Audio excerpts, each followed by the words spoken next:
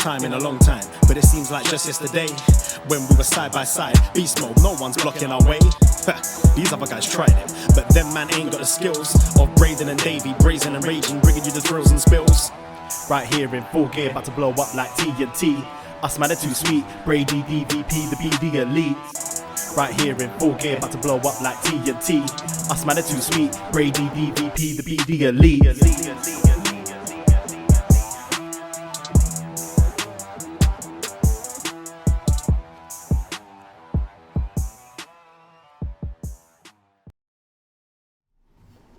Hello. Hello, hello, hello. Braden Herrington here with Davie Portman for BDElite.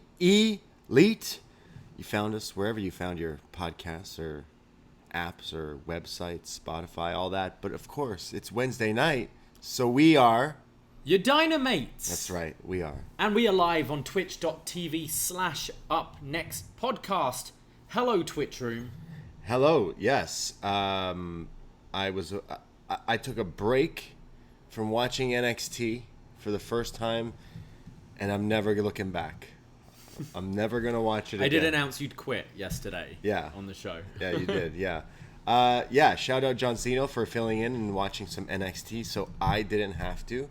I heard the poker game was great, so maybe I got to watch it. I did enjoy the poker game, Maybe I'll pull that. No, you're not. You're not going to do that. Don't do it. Don't do it, or don't lie and say that you're doing to do it, because there's no way I'm going to do it. Both. But yeah, we're here to talk about some Dynamite tonight. Fresh off some Full Gear. Last week we did a show. It's on this very feed as well, talking all about Full Gear, which was a banging show. Both of us were super high on that show. We were also super high watching the show, which was great too. It was a good night. We had a good night. So we did a show on that. You did upNXT yesterday. We're talking about some Dynamite tonight. How are things? Things are good, yeah. A little tired tonight. I've got a Red Bull, which is probably not a good. Just fuck me up for the rest of the night. Yeah, you're gonna be awake. Yeah, it's already 10:18. Yeah, I know. But no, I'm pretty good. We the show went well with Siino last night, and then met up with you. How was your show? You went to see Haaland. Who did you see? NXT's Haaland. You went to see NXT Haaland. Yeah. With Drake. I saw Jack Harlow. Close enough. There's a new venue in Toronto called History, and apparently Drake owns it. We're actually, me and you are actually gonna go to a concert next week, so we're not gonna be doing this show next Wednesday night, probably sometime during the day Thursday, and it's at the same venue. We're gonna go see Churches next week, but I went with my buddy, and we go to this place, and it's a tip-top venue. It looks pretty cool, but a little east of the city, and Jack Harlow is like a hip-hop show, and there's the show's going on. This little area directly across from where I am while I'm watching the show. It was empty the whole time, and then all of a sudden there was two people standing there, and it looked like a man who just glowed in gold. He had an aura to him. I was like, oh, is that Jesus? He's like an Edward Cullen vampire. It was he was twinkling in the nighttime at a show, and then I'm like, am I crazy, or is that's Drake? And then I just hear some girl scream. I mean, this is a concert. People are screaming already. Oh, my God. It's Drake. And then he just played it cool. And sounded like she was from Essex. Yeah. Oh, my God, it's Drake. Yeah. He was just there, and he was vibing to the show. But then some people were saying Kanye and Dave Chappelle were both there as well. So I'm like, what the fuck?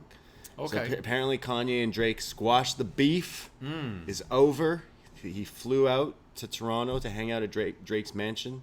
And they're done beefing. They decided no more. The feud Kanye is just over. wants a break of seeing Kim Kardashian with Pete Davidson, right? Drake, I need He's your like, lover I'm boy running away to advice. Toronto. Drake, I'm sorry, let's squash the beef. I need a distraction. Yeah, I need lover boy advice because I can't wait for the Pete Davidson diss track. It's gotta be. That's the new on beef. SNL? Yeah. There hasn't been any jokes on SNL about that. Oddly enough. My favorite meme I saw was if Princess Diana was alive today, she'd have dated Pete Davidson. Yeah. Hell, I'd date Pete Davidson. Yeah, guy. why not? He seems like a fun guy. Seems like a nice guy. He must be really nice to hang around. I think so. Yeah. If he's even tonight on AEW, they mention his his dating life. So I mean, dude's doing something right. Yeah. I've got a confession to make. Today, well, it was my turn to cook today, so I went to St. Lawrence Market and picked up some Saskatchewan blackened back ribs. Yeah, they were lit, man. Pretty good. Shout out Saskatchewan. Shout out Saskatchewan. Do you reckon Brock made these? Do you reckon they're like? Was I'd it like moose? To think Brock killed this. It was pork. It was pork. They were porks. They were ribs. I mean, Brock probably kills like the deer, the venison, the moose. His bare hands. Yeah, 100%. And then like drags it back, cures it. That's what Brock's been doing since his suspension. Sounds fun. Yeah. What's your confession? You already told me. I was cooking the kebabs we got, and I threw on episode 1 of season 2 of Tiger King. oh wow! I didn't even realize it dropped today. Oh yeah. Yeah. Okay. How was that so far? Awful. But I'm gonna finish the season. So, I got to. Episode 1's all about. Wait. Where did we leave off on Tiger King? I thought we Joe's in prison. Yeah, he didn't get let go by Trump. The world seems to hate Carol Baskin. Right. So she went on Strictly Come Dancing. Dancing with the Stars. Dancing with the Stars. Was it? Yeah, it was the US one, was it? I thought, not the UK one? I'm pretty sure she did it. The US one, yeah. So she's dancing away, suing Netflix as well. Right. And yeah, you had, the Affliction guy. Jeff? Do you remember him? No, Jeff. Joe Exotic is the main guy. Joe's the Jeff, main guy. who's looks like Jeff's the piece of shit who still owns Joe's right Tiger. Oh, and there's Doc. thing. There's the Doc Mantle guy who has you've seen all the wrestlers who ever go to these places. Undertaker's usually mate. they go with this guy. Yeah. He's the guy in charge of like Britney Spears' old shows and stuff. Yeah. So episode 1 was kind of about Joe trying to get his presidential pardon. So it's all the people who were supporting him and going to Trump rallies to Jeez. So Free Joe. Yeah, I'm wondering where it's going. I feel like maybe we've heard most of the juicy stuff of this. I don't know how the whole season's gonna be, but I'm gonna punish myself and watch the whole thing. I probably I thought about the only promo. I didn't realize it had come out already. The only promo I saw was people in a trailer. I guess it showed this guy being interviewed. I think it was the Jeff guy who's kind of sleazeball or whatever. He's such a sleazeball. Where he's got he's like I don't know. I didn't watch it yet, but the memes I've been seeing is he literally is being interviewed. And he's like, yeah, hold on, I'm just about to have this threesome. I'll be right back, kind of thing. And everyone's like, oh, this guy, this piece of shit. I'm like, well, wait, is that are you saying because he had a threesome he's a bad guy, or is he gonna do other bad things? Because that doesn't necessarily mean he's a bad guy. It's the flaunting it though, isn't it? Right. Yeah. Oh, and it goes into a bit of Joe Exotic's past. His brother's interviewed his brother who he hasn't seen for 20 years. Apparently he used to be a policeman. Joe Exotic? Yeah. So you're learning a bit more about he's kind of like a wrestler. Before Joe Exotic became Exotic. Right? Enzo Amore's uncle. That's what he looks like. Yeah, oh yeah. Does he still have that hair? Well, he's in prison. His hair's gone kind of dark because he's not been able to dye it. To bleach it. Yeah. Interesting. Wow. I finished Squid Game, so I'm all caught up. I love talking about the spoilers about it. I'm good. We got to get some of the cookies from Pat. Yeah, the honeycomb. They're hard to play that game. You'll break them. Do you have to do what they do in the game? I don't think I do very well in any of the Squid Games. No, I think I'd be okay in some of them. Yeah, the freezing one, the stop green light go one. I'm dead now. Sure. I'm too slow. Yeah, actually, maybe I wouldn't do good in any of them. I didn't even understand the last game. There's a few games I'm just nodding my head Then there's marbles. Yeah, marbles I'd be good at. If we've got some maybe poker games, they should have poker like that. Yeah, Duke Hudson. They've been doing. They have in Toronto Squid Game escape rooms and challenges that you play the games. Or paintball. They do the paintball one where you get shot, but it's with paint, so it's not that. I mean, it's still probably pretty scary. I've never paintballed, to be honest. But. It can hurt. I've only done it once. It was a long time ago. So we're gonna go paintballing then. Sounds good. Yeah, let's do it. Post wrestling paintball trip. You're telling me you think it's going, Braden, I'm on your team. Oh, what? What's that? Pew pew pew pew. Yeah. Yeah, that's pretty much how it would go down. Or giving a paintball gun to one John Pollock, and having just me on the opposing side. Out of all the post crew, who do you think would be good at paintballing? Way. I think Way would be good. Yeah. I think he'd be sly. Yeah. He'd be one of the snipers. He'd be hiding. He'd find a good hiding spot with a good vantage point. He also secretly could already have all these skills. Like he's a man who's an interesting man, the man they call Ting. Yeah. So he could already have super abilities or training in I don't know, war.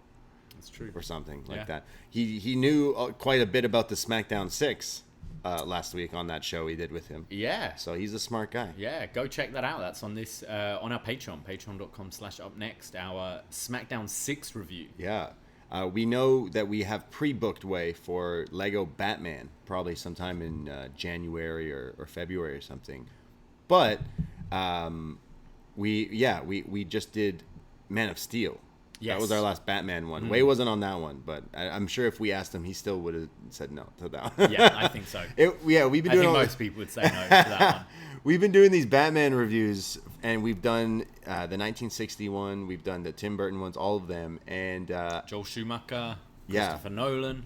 So we finally got to Batman v Superman, and I put it out for patrons last week, but sometime this week I'll be dropping it for you freebies out here on this feed. If you're going along with those Batman reviews, it's quite an interesting one. Batfleck.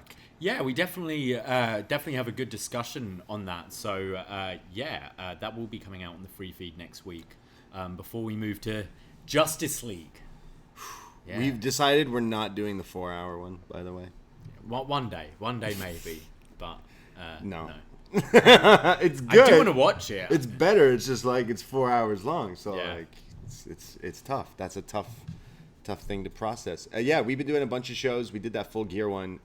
Did you see the news coming out about Kenny Omega? I mean, obviously we watched Tonight Show, and so he's been injured with a shoulder injury, but also suffering with vertigo since 2018. Yeah, come on. Saying sometimes he's wrestling and everything's just spinning around. Yeah, and he's the best insane in the world. How is this? Sorry, I know I'm one of the Kenny Omega fanboys for sure. He's my goat, 100%. Love this guy. That sounds insane. Yeah.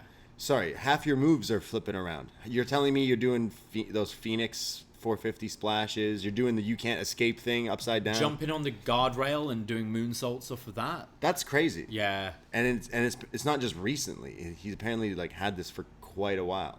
This is new pre AEW, right? That's what he was saying. Yeah. So that's nutty. Crazy. I think it's.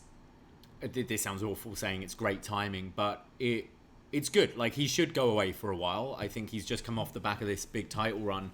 I think after the end of a long run, you should kind of disappear for a little bit anyway, kind of come back with a bit of a change in character, perhaps. But if he's got these injuries and things he's been dealing with, I can see him taking a good few months off to recover. Yeah, I hope and he needs it. Yeah, 100%. But they're saying it's New Japan, that crazy run he did in New Japan, I guess, is where he got these injuries. I mean, the stuff he does is in some of the spots these guys take, not just him, just wrestlers in general.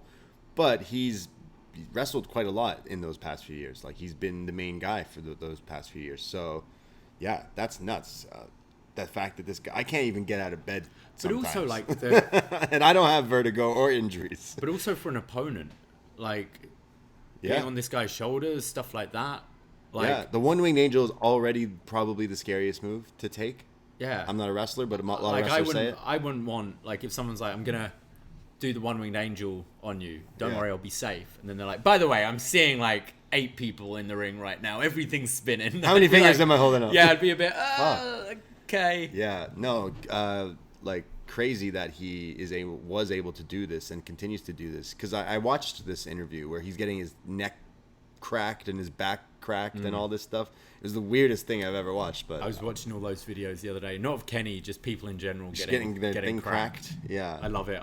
I want it so the guy bad. takes a hammer out at one point, digs it in him. This one I watched the other day, he cracked his face. Yeah, that's he fucked up. Cracked his nose. That's fucked up. Yeah, no, that sounds terrifying. But the back stuff sounds like I want that. But I need it right now. Yeah, the interview was pretty good. He talked about like how he has those injuries and he's been dealing with them, and he goes off on like other stuff. The guy, the interviewer, and I'm blanking on his name, asks him like, hey, what do you think your best match is? What's your favorite match? And he never answers the question. And the guy is like, because mine is, and then like explains his, and Kenny never like is like, and then like they go away from it. And I was like, oh man, it is something I would be interested, because the interviewer is like, oh, I love your one with Coda, and Kenny's like, which one? And he's like, oh, the first one that like kind of made you guys famous. It wasn't in New Japan, the right? DDT? Yeah. Right. And Kenny's like, yeah, that was a good one. It's like, no, but what is your favorite? Tell me. And then he also talks about Street Fighter the movie and how he loves it and hates it. But I think that's probably where I'd switch off. yeah, fair. So that's nuts, because obviously tonight on AEW, just briefly, they'll have a segment with him, and he'll leave and say he's taking a break. But there we go. He is clearly, from this interview and from the stuff coming out about injuries and the timing of the storyline, it all makes sense. So down the line, though, it's clearly got to be him coming back. And Adam, he's now jealous of where Adam Cole is. Well, the seeds were certainly planted there today, Right. so that's got to be the case at some point. So I still think we're getting the Era versus Elite. Don't say Undisputed, because that's what we'll learn tonight.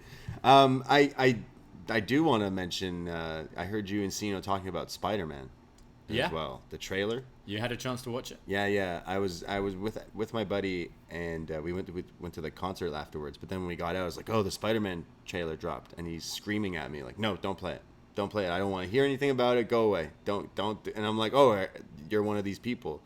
And there are people who are like, avoid all these trailers and things, because I do feel like movies these days reveal a lot too much. But it's like in this one, it's like, well, don't you want to see like maybe the villains and stuff? And they gave us what we wanted to see.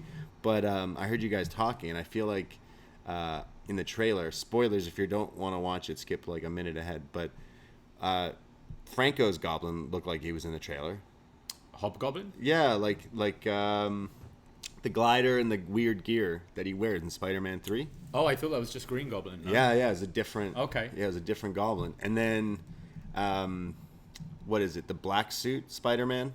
That's in the trailer. Like that looked like the. Yeah. So I mean, Topher Grace has got to show up, obviously. So there you go. Franco and Topher maybe cameos. Electro, obviously.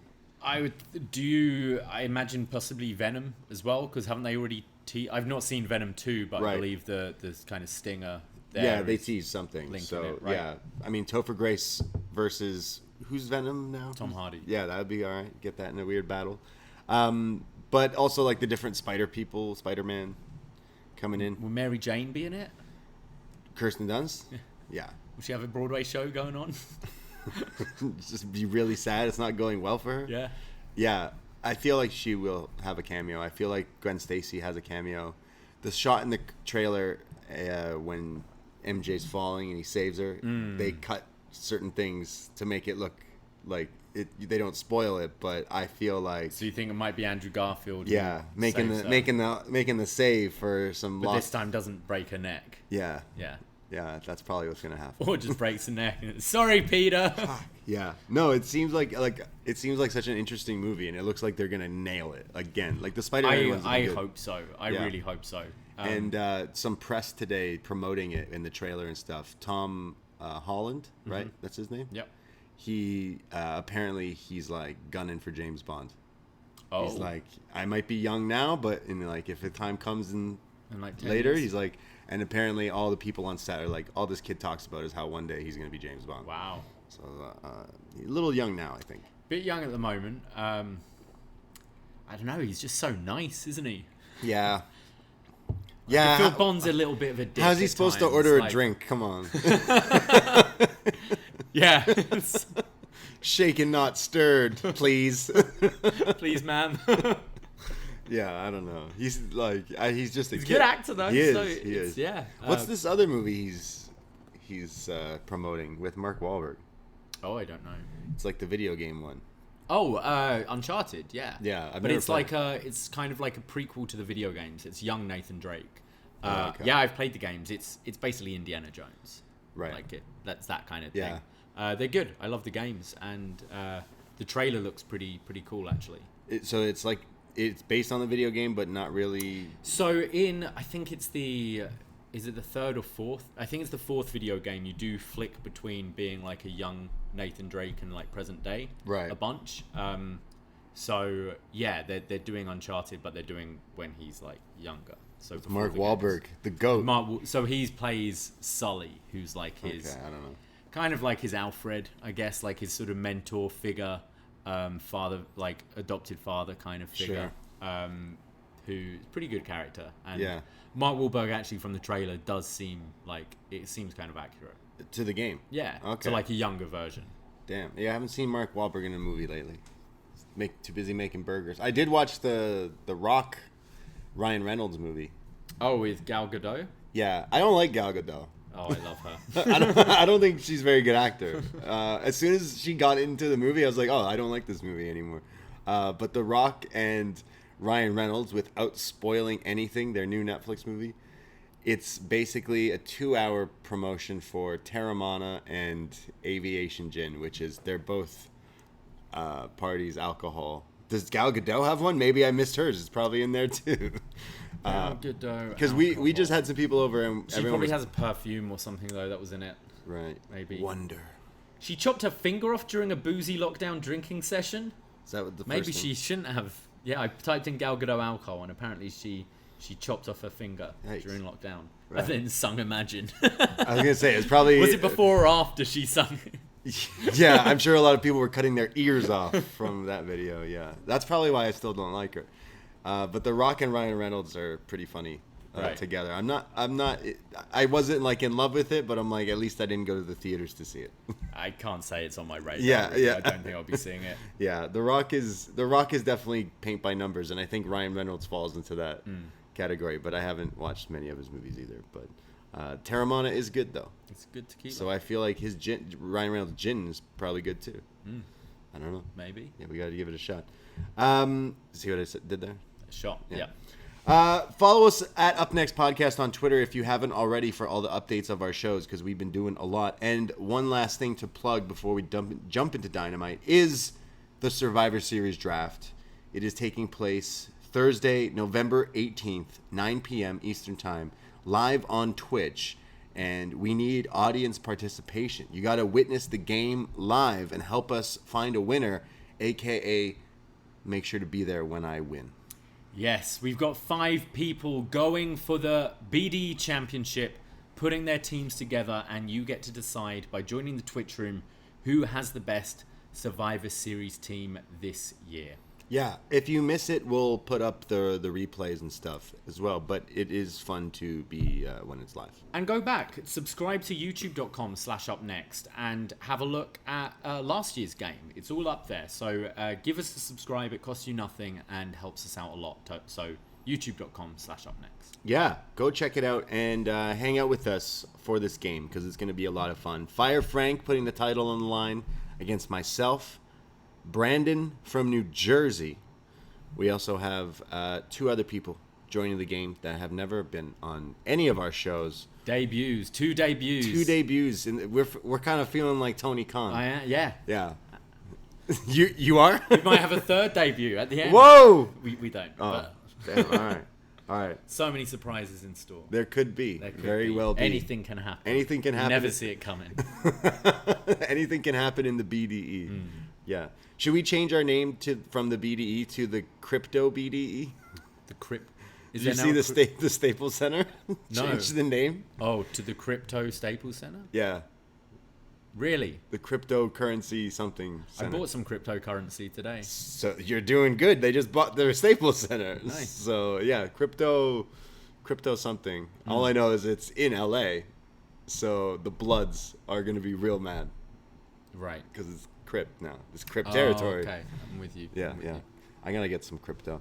But should we talk about some Dynamite from Wednesday, November 17th, 2021? Again, hot off the trails of Full Gear here. They've announced that today is National Cowboy Shit Day. Yeah, happy Cowboy Shit Day. Happy Cowboy Shit Day. Actually, no, they said National so it's not international. So we're not allowed to celebrate it.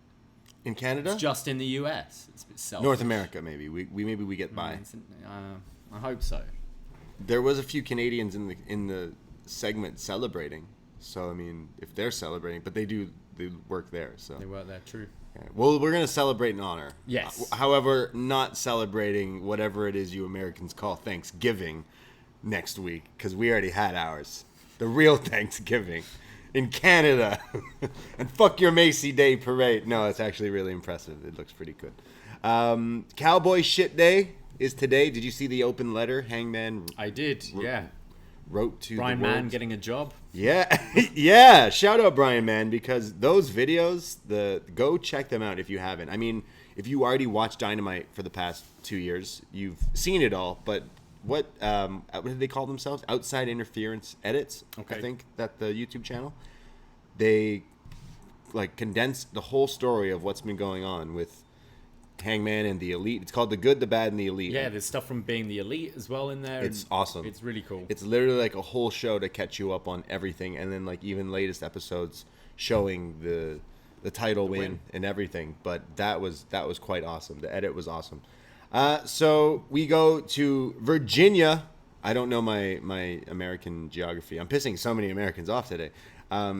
This is Hangman's hometown. Yeah. Norfolk, Virginia. All right. So they start out here with a huge celebration, and they say just up next is going to be this Hangman Dark Order National Cowboy Shit Day. And then they just quickly throw to this video from the Elite before we can even celebrate. And it's the Young Bucks, Adam Cole, and Kenny. And Kenny says that it's been a long week. The Elite, we all lost on Saturday. Wasn't our best night. And Kenny says he hasn't even watched the match back. He knows that there will be a rematch, but it's not anywhere soon. He says, I lost, the Elite lost, so Hanger, congrats. I feel like it's time I take a leave of absence. He's going to leave for a little while. Evaluate some things. Yeah, I got to think about the future, heal up, and yeah. So I need you to hold down the fort. And Adam Cole steps in and says, Kenny, don't worry. I got it. And he stops him and he goes, no, Adam, I was talking about the Young Bucks. Damn. Whew. We're going to need one of these, the Good, the Bad, and the Elite for Adam Cole's and this Kenny's. Is the first kind of little shot. There's been little things in matches and in body language and promos, but this is the first direct thing he's now said to Adam Cole. Like, I wasn't talking to you. It's very interesting. So that's it. Kenny dips out.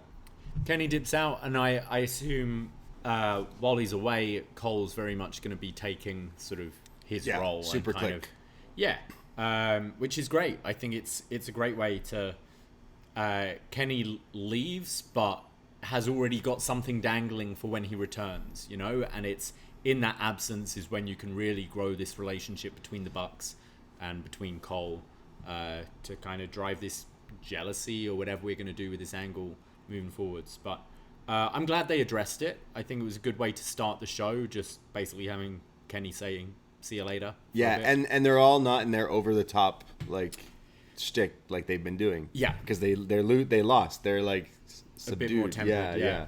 I mean, I huge Kenny fan, so I'm going to be, missing him definitely time being. But there's so much talent here in AEW that, what a perfect time to do that, heal up and all that. But if he comes back in 6 months, 12 months, more than that, there's already 3 programs there. Yeah. You still need to go back to Danielson. Mm-hmm. You can do Hangman Kenny again. Get the rematch and now stuff with Cole. Yeah. So really, you're good. The Undisputed Era, Elite stuff, all that. It'll be great. But back to the ring, and the Dark Order bring out the new AEW champion, Hangman Adam Page, who comes down to the ring. He's wearing his cowboy boots and this how do you describe his jacket? It's like the brown suede with the tassels. And then he classic cowboy jacket. Unzips it, and he's wearing a Virginia is for Lovers t-shirt. And he comes down to the ring. He's in a happy mood. Not even having a drink, Hangman. No. Yeah. Weird. Because he's cleaned up. I mean, it's his celebration. He could have had one. Yeah, he could have had a cheeky little one. He comes down and he says thank you to us, the fans, and to everyone behind him, and to the Dark Order. And he says that he's the new champ, and I'm gonna do whatever the hell I want. And says, I told you in my first press conference for AEW when this all started that you, the fans, you're my boss. So I want to celebrate National Cowboy Shit Day with you, and cheers to you. And he's just having a good vibe right now. He's on top of the world. Yeah, he's got a great babyface promo. It's not too pandering to the crowd, but it's honest, it's real, and he's got a great delivery and just an awesome connection. Hangman's working so well as a babyface, which is very rare in wrestling these days. Yeah, that's what I mean. Like, being the top strong babyface just hasn't been working in wrestling for a long time. So it is so weird. Yeah. It's almost like I don't believe it. It's like, it's so good though. He's playing the part amazingly already. He ends by saying, "It's clear that Bryan Danielson is my next obstacle, and I'm looking forward to," and he's interrupted. Yeah. Out comes Danielson, who comes down, and he says, "I just want to say congrats to you, Hangman Adam Page. I'm a little surprised and disappointed it's not Kenny." What? Right away. Right away. Sending shots here. Hangman looks a little taken aback by this comment and says, "Yeah, I did beat Kenny, and I did it in less than 30 minutes. Good reply. Danielson then says, whoa, like, hey, I'm sorry, I don't want any drama. It's like, you did just say that. It's like Jackie Chan. I don't want no trouble. But anyways, he says, you're not a type of champion who's going to dress up as a Ghostbuster. So he's mocking Kenny and that segment. No, he said you're now against a challenge. Like, you're now facing someone who's not dressing like that. Yeah. Like goofy, essentially. And he says, I'm just here. I want to kick some ass. And Hangman says, well, I'm here, and I'm always down to kick some ass. So if you want to see some cowboy shit, like, that's what we're here tonight to do. Danielson, just now, if you didn't think what he said there was kind of mean, he just flips the script here on all of us and says, don't you talk about hard work and cowboy shit, all this. It doesn't matter. I wrestled at WrestleMania, and I still worked the next day. And the crowd He booed. won the main event and put the title on the line the next day. What? Yeah. The crowd boos him here. Said WrestleMania what? on AEW. What? You can't do that. Boo. And they boo. He's like, yeah, some people around here, like in Virginia, you guys are booing hard work. Again, just digging it. Salt in the wounds, Danielson. He says, you're not a real champion, Hangman, because you come out here wearing your cowboy boots, your jeans, and your horrible leather jacket. Still doesn't like when people wear leather, I see. And says, Hangman, you have a long list of excuses, and, well, I know that you failed a lot of things. You're the reason, and everyone here knows that I'll kick your ass. And then all the Dark Order are trying to, like, come between them and separate the two. And Danielson says, yeah, they're stopping you because they know I'd kick his ass too. And now the Dark Order are like, boy, you come into this territory. So they tease the match right now, and Dark Order are like, well, what about Uno? Because they already announced this match. Uno's like, what the fuck am I? I'm ready. Chopped liver? Oh, just fuck. warmed up. So they say no. Danielson is gonna face Uno next after this break. But what an intro here. Yeah, Bryan says like I kind of puts it on Hangman, like, oh, you're not even ready. You're in your jeans. You're in your boots. I came here to work. Yeah, you're not ready to fight me tonight. Yeah. Not where I expected this to go. I got to say, as far as celebrations go, it was kind of lame. There was no drinks for Cowboy Shit Day. There was no other Cowboys. Yeah. There's a Dark Order. Yeah, I thought they could have done more to dress up the celebration. They needed a mechanical bull. Something. Like, yeah, all the Dark Order and cowboy hats with a beer would have been nice. Yeah. But, like, yeah, wasn't seeing the Bryan Danielson kind of heel, like, very heavily leaning heel here. But it does work for his character. His character is he's coming here to, like, fight everyone. And now he's got the title match. He's like, He was even, like, doing little laughs when he was saying shots. Like, oh, I'm getting to you. Like, yeah. It's almost like he's, like, not a dastardly evil heel, but it's just, I'll fuck with you a bit. Yeah. I'm facing you next. I'm going to fuck with you. I'm going to try and get in your head a little bit. It's like he can come back out of this heel thing after this program. Exactly. Right. It's not like full on mean guy, but he's still great. It totally caught me off guard, and I absolutely loved it. It was something I didn't expect. Like, we saw people booing CM Punk at Full Gear, but then by the end of the thing, they're like, we were just rooting for Eddie there. But like, that's kind of maybe how it is with him here. Yeah, I hope it sticks like this. I don't really want to see him like starting to cheat in his matches or anything like this, but to have a bit more of a cocky attitude and definitely dropping kind of WWE stuff would be fun. Yeah. And why not? This company references every other company in the world. Sure. Why would we pretend that the biggest company in the world doesn't exist? Sure. We all know as an audience they're from there. WWE's mentioned AEW. Remember Sami Zayn in the promo? So, like, doesn't matter. So I think it could work for Bryan to do kind of this stuff. Sure. You want to get heel heat? Talk about WWE. Yeah.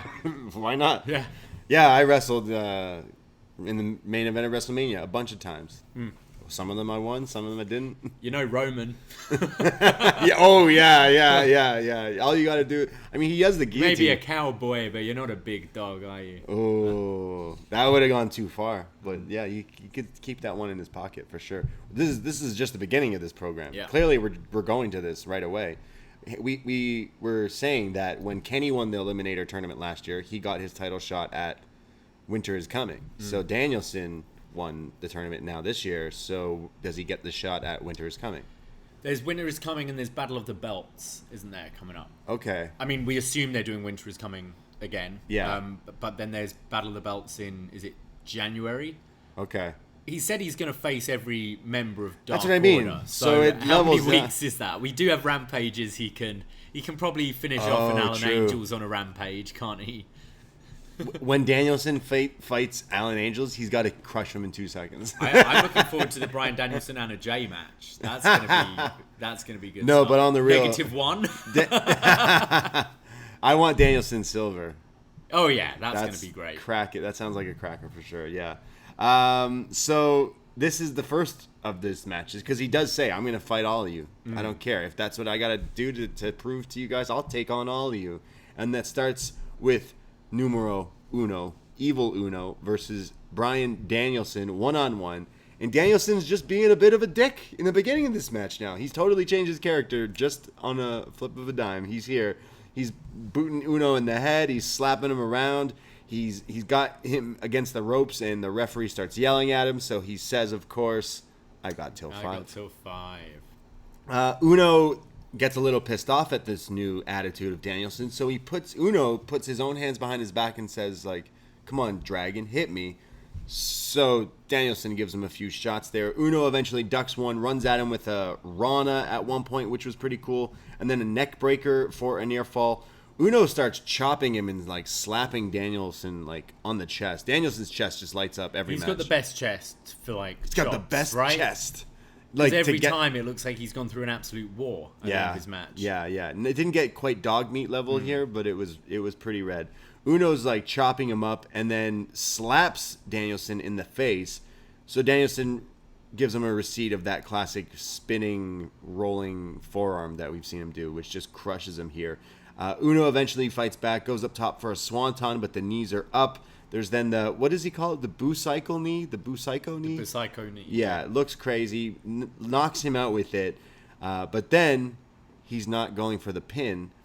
And then as the camera's in just this great shot, close up of Danielson, he points at Uno and says, he's going to get his fucking head kicked in, and then walks on over, grabs Uno's arms, and then just does those kicks that we've seen him do. Literally does what he said he was going to do, and then puts him in an arm triangle, and Uno is just out, and it's over, but he doesn't let go as the referee's trying to separate, and he's like, what, posing? Flexing, yeah.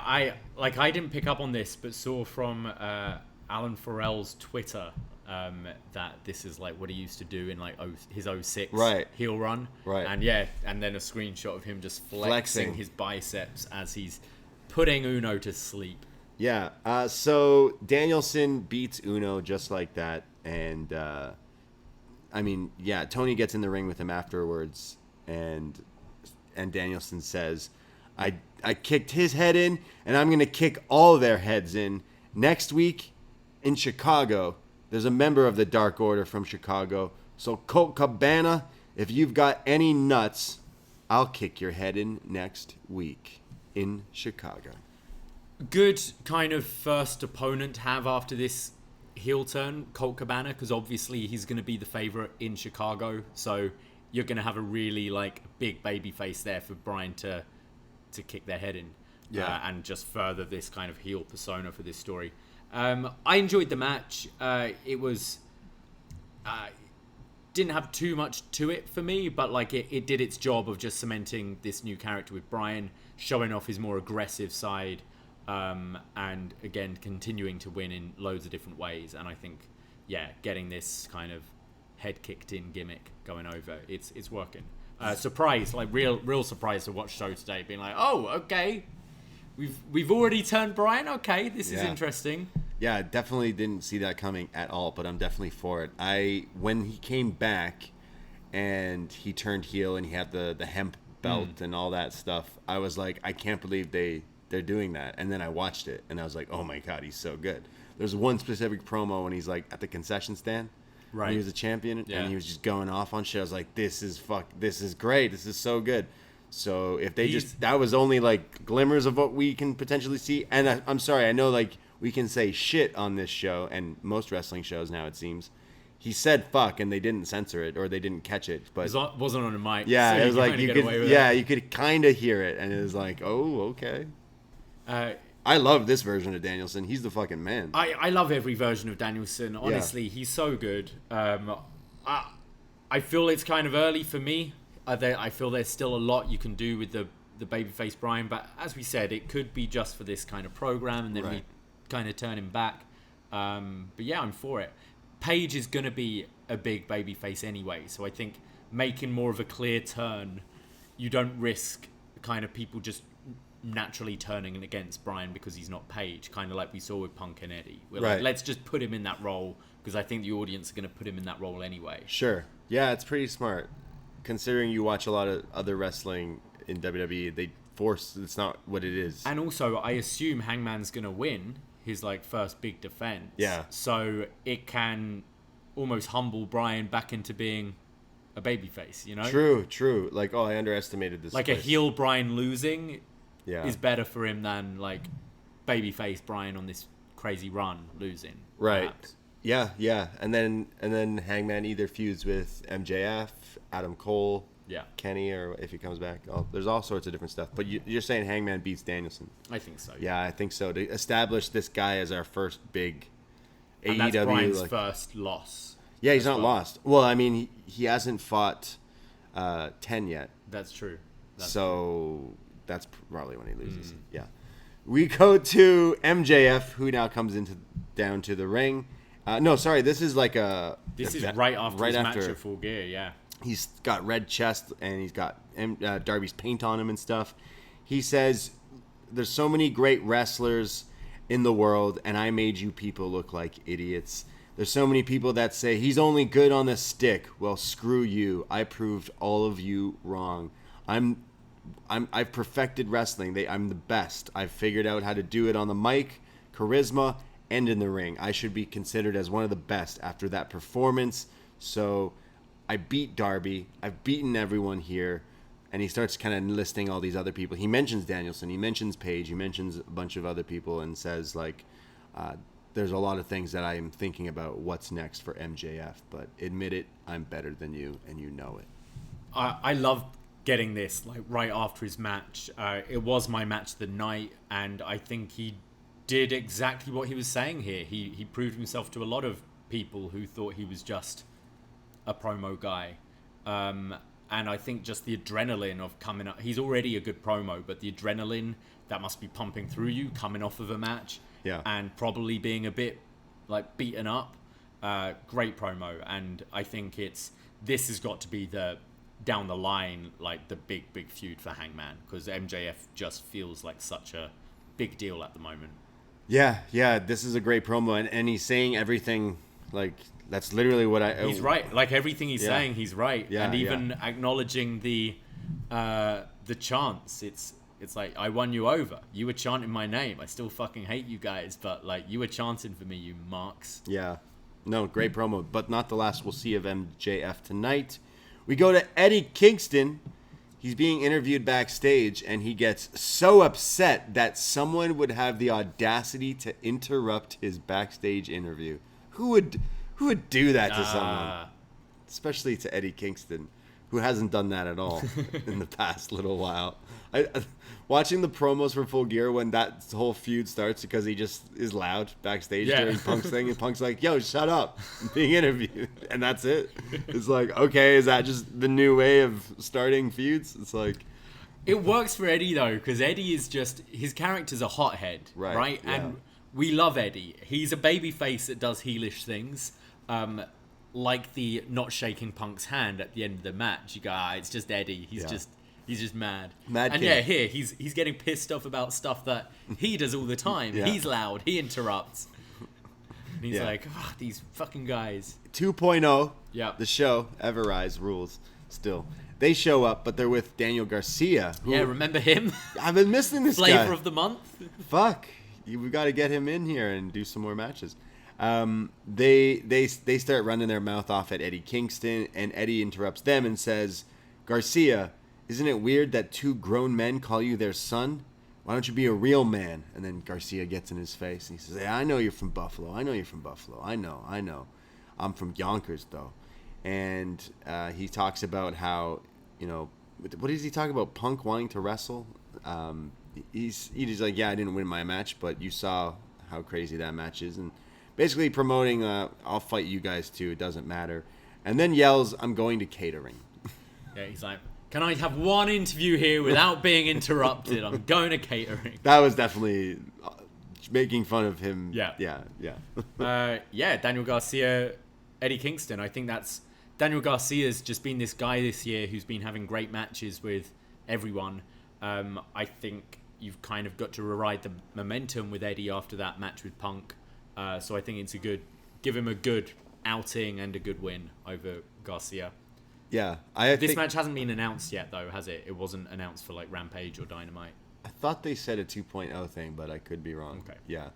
I love being the elite rivalry 2.0 has with on thin ice ref Aubrey. They call her now. Like, you're on thin ice. Aubrey. Yeah, Garcia versus Kingston sounds pretty good, and Kingston's definitely on this role where maybe I'd see him go after Sammy, maybe even for a little quick, like, few week feud or something down the line. I don't know.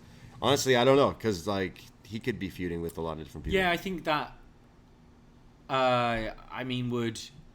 Has he done anything with Jericho yet? Not really, no, I don't think so. Like, I'm trying to think who's not tied up with people right now, and Sammy or Jericho. The problem is Mox is gone, so he doesn't have friends now. Yeah. So he needs, like, his own crew. He should find a crew. He should team up with 2.0 and Daniel Garcia. Have the match and be like, you guys are right. Me and Mox used to beat the shit out of you guys for a few weeks there. You want to be boys? You can be my lackeys. I'm pretty sure they're boys in real life. Yeah. So, yeah, that'd be all right. Because, like, who else fits Eddie Kingston and Mox's tough guy, like, thing? Well, I think he's all right on his own as well. He is. But when he comes to now where there's 3-on-1 here, what's he going to... He needs to find a team to help him out. Chaos. Suzuki will come back. Yeah. Get Ishii in there. Eddie versus Ishii is something they need to fucking do. Did we not get We didn't get that, no? Ishii. Yeah. Oh, Ishii. Ishii versus Eddie. Yeah. Did we get Suzuki, Eddie one-on-one? Suzuki? I don't know. This year's been wild in wrestling. Yeah, like, bingo card of wrestling shit's going all over the place. Yeah, crazy. We go to Ishii, who's making his TNT AEW debut. Here we go. This is it. Orange Cassidy comes out with the best friends. And you know Orange Cassidy's music is the Pixies. Where's My Mind? And Tomohiro Ishii comes out to that song too. Yo, educate yourself, Braden. Yeah, I don't know. I tweeted that. Okay, Ishii just came out to the Pixies. Like, wrestling's fucked. Like, wrestling's great. I don't know what the fuck I'm watching. And someone's like, yeah, but Ishii's theme is a banger. Why would he come out to the Pixies? I was like, wait, am I watching this show? Am I watching the wrong thing? I don't think that person was watching the show and misunderstood that. I think they were mad that he didn't come out to his own music. Okay. I do love Ishii's music. Yeah. But, I mean, seeing Ishii come out to the Pixies, I don't know why it made me smile. It was really good. It was odd. Yeah, I was like, Ishii okay. With all these lads. Yeah, first of all, Ishii's now hanging out. We got a dog in Ishii hanging out with an alien, not Trent, but someone cosplaying as Trent. Chuck E. T with anyone is funny, yeah, I think. But, yeah. And then Orange Cassidy. Yeah. So, Orange Cassidy and Ishii versus Butcher and the Blade. And, of course, I feel like TK is trolling me personally because Ishii's, like, definitely one of my goats all time. We even have a little Ishii on our TV stand, actually, a little figure there. But, of course, TK is like, we're going to bring Ishii in. He'll feud with the Hardy family office. Yeah. For fuck's sake. Matt Hardy's got to get on the show, guys, no matter what. So there's Orange Cassidy doing Orange Cassidy stuff, but eventually the Butcher and the Blade start beating down on him here. Ishii finally tags in, and he's wrecking shit. There's back body drop, suplexes, beating down on the Butcher. By the way, the Butcher has slimmed down, like leaned up. He's been touring, right? He's been guess. doing stuff with the band recently, and obviously, that tour life's good for him because he's looking great. Well, he's the Butcher, so he's eating that Saskatchewan lean meat. Lean this time, meat, that damn. There's chops in the corner from the Butcher, who thinks he finally has Ishii down, but Ishii just starts to no-sell it. The classic Ishii we all know. He starts firing up, beats down on the Butcher. There's a superplex. There's a DDT from Orange Cassidy, which on the Blade for a near fall. Ishii comes in, and there's some distraction where Matt Hardy looks like he's going to get involved, and it's Rocky Romero, because he's in Chaos, he's the link here, who kind of stops and interferes, so allowing Orange to do this crazy dive on the outside, and then the Blade is alone in the ring with Ishii, who gets hit with this huge lariat, and Ishii hits him with the brainbuster. Well, Romero gets involved because Blade gets handed the brass knucks. The brass knucks, so sorry. He's going to punch Ishii, and Rocky gets up, and that allows for the lariat and brainbuster. Well, so Ishii picks up the win with the brainbuster on the Blade for Chaos's victory. Look, I'm a big Tomohiro Ishii fan, but I really didn't like this. Nothing technically wrong with the match, but it was there for me. I'm sorry, Butcher and Blade. I think they're good, but they're very low down as far as this kind of crop of talent we have in AEW are. And therefore, I don't think it's a great introduction for Tomohiro Ishii, because no one cares. Watching Ishii doing his no-sell thing, but it's against the Butcher. Yeah. Cool. Okay. Like, he came out, as you said, with the Pixies, which is funny to look at, but you have him have his own entrance, just briefly come out to his own music. It makes him feel like a bigger deal. I'm a big Ishii fan, so you hear him coming into Dynamite and you want something big. And this just felt like a bit of a waste. You'd rather Ishii versus Matt Hardy. Honestly, a singles match, I'd have preferred to start with. Not Matt Hardy, but there are a lot of people I'd prefer. Like, there's a lot of people on this roster I'd have liked to see Ishii against, and I can't say anyone in this match or on the screen during this match are people I wanted to see Ishii tangle up with. Yeah, I hope it's just this, like, start of something that maybe can spiral. Like, honestly, watching this, you would lead to believe it's Ishii versus Matt Hardy down the line, which I'm like, for fuck's sake, that's not what anyone wants to watch when there's all these other people here. However, I watching, like, we were joking past few weeks, well, I know I was, like, okay, Ishii's coming in, every fucking episode they're name dropping Okada. Like, there's got to be Okada come in. And literally, as this match started, I was like, I turned to you. I was like, Okada's not on this show. Yeah. Look, what is this? The Butcher and the Blade versus Ishii. I didn't really have a problem with the match. It was exactly what I figured it would be when they announced it. But I understand what you're saying, because it's like, this guy's a fucking killer, and you only have, like, Danielson, right? Hey, I'm in AEW. I'm not pussyfooting around here. Book me against Kenny. Book me against people. Like, I'm wrestling. Don't do this with someone who's so, like, revered to people in that, like, this guy does these bangers. It felt like a New Japan 6-man. Yeah, like, and it's like, I already watched that on New like, Japan World. That's why, like, Yeah. Ishii coming away from New Japan for a bit, you want to see him kind of spread those wings a little bit. Like we saw Suzuki do. And I don't know how long he's over for. Obviously, the New Japan Strong show just happened on Saturday.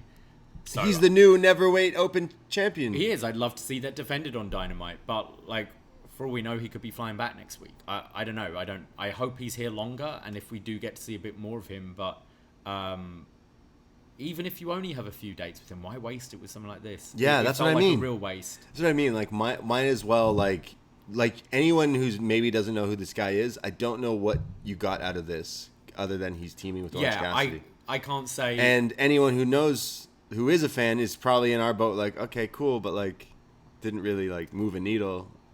Whereas Suzuki, I feel his We're matches, jaded. You could have watched Suzuki's Dynamite matches not knowing who he is, and just his facial expressions. He's there against Moxley and Kingston, beating the shit out of each other. I think you look at Suzuki and go, this guy is kind of wild. Like, I'm interested in this guy. Although Suzuki came in and had the match with Danielson, and I was like, dude, this is probably one of the best matches of the year. That's like, what I'm saying. Like, he had all these matches where he was proving himself, and I think looked to someone who's maybe never heard of him, I think they'd go, this guy's crazy. Ishii, I think you'd have forgotten about him as soon as the next segment came on. I think he needs to do Neverweight Open title defense, which is his title. Everyone knows that's like pretty much his thing. Which we've done a show on, actually. Best match ever, Neverweight Openweight Championship a few months back, and he was basically a lot of best of Ishii. Yeah, because it's his title. He could defend that against Eddie Kingston. Have a banger with Eddie. Promote it in 2 weeks. Yeah, I want to see him against Eddie. I want to see him against Miro. They're the two mainly. I mean, Bryan would be cool, but I feel he's very tied up with someone else right now. So yeah, Miro, Eddie.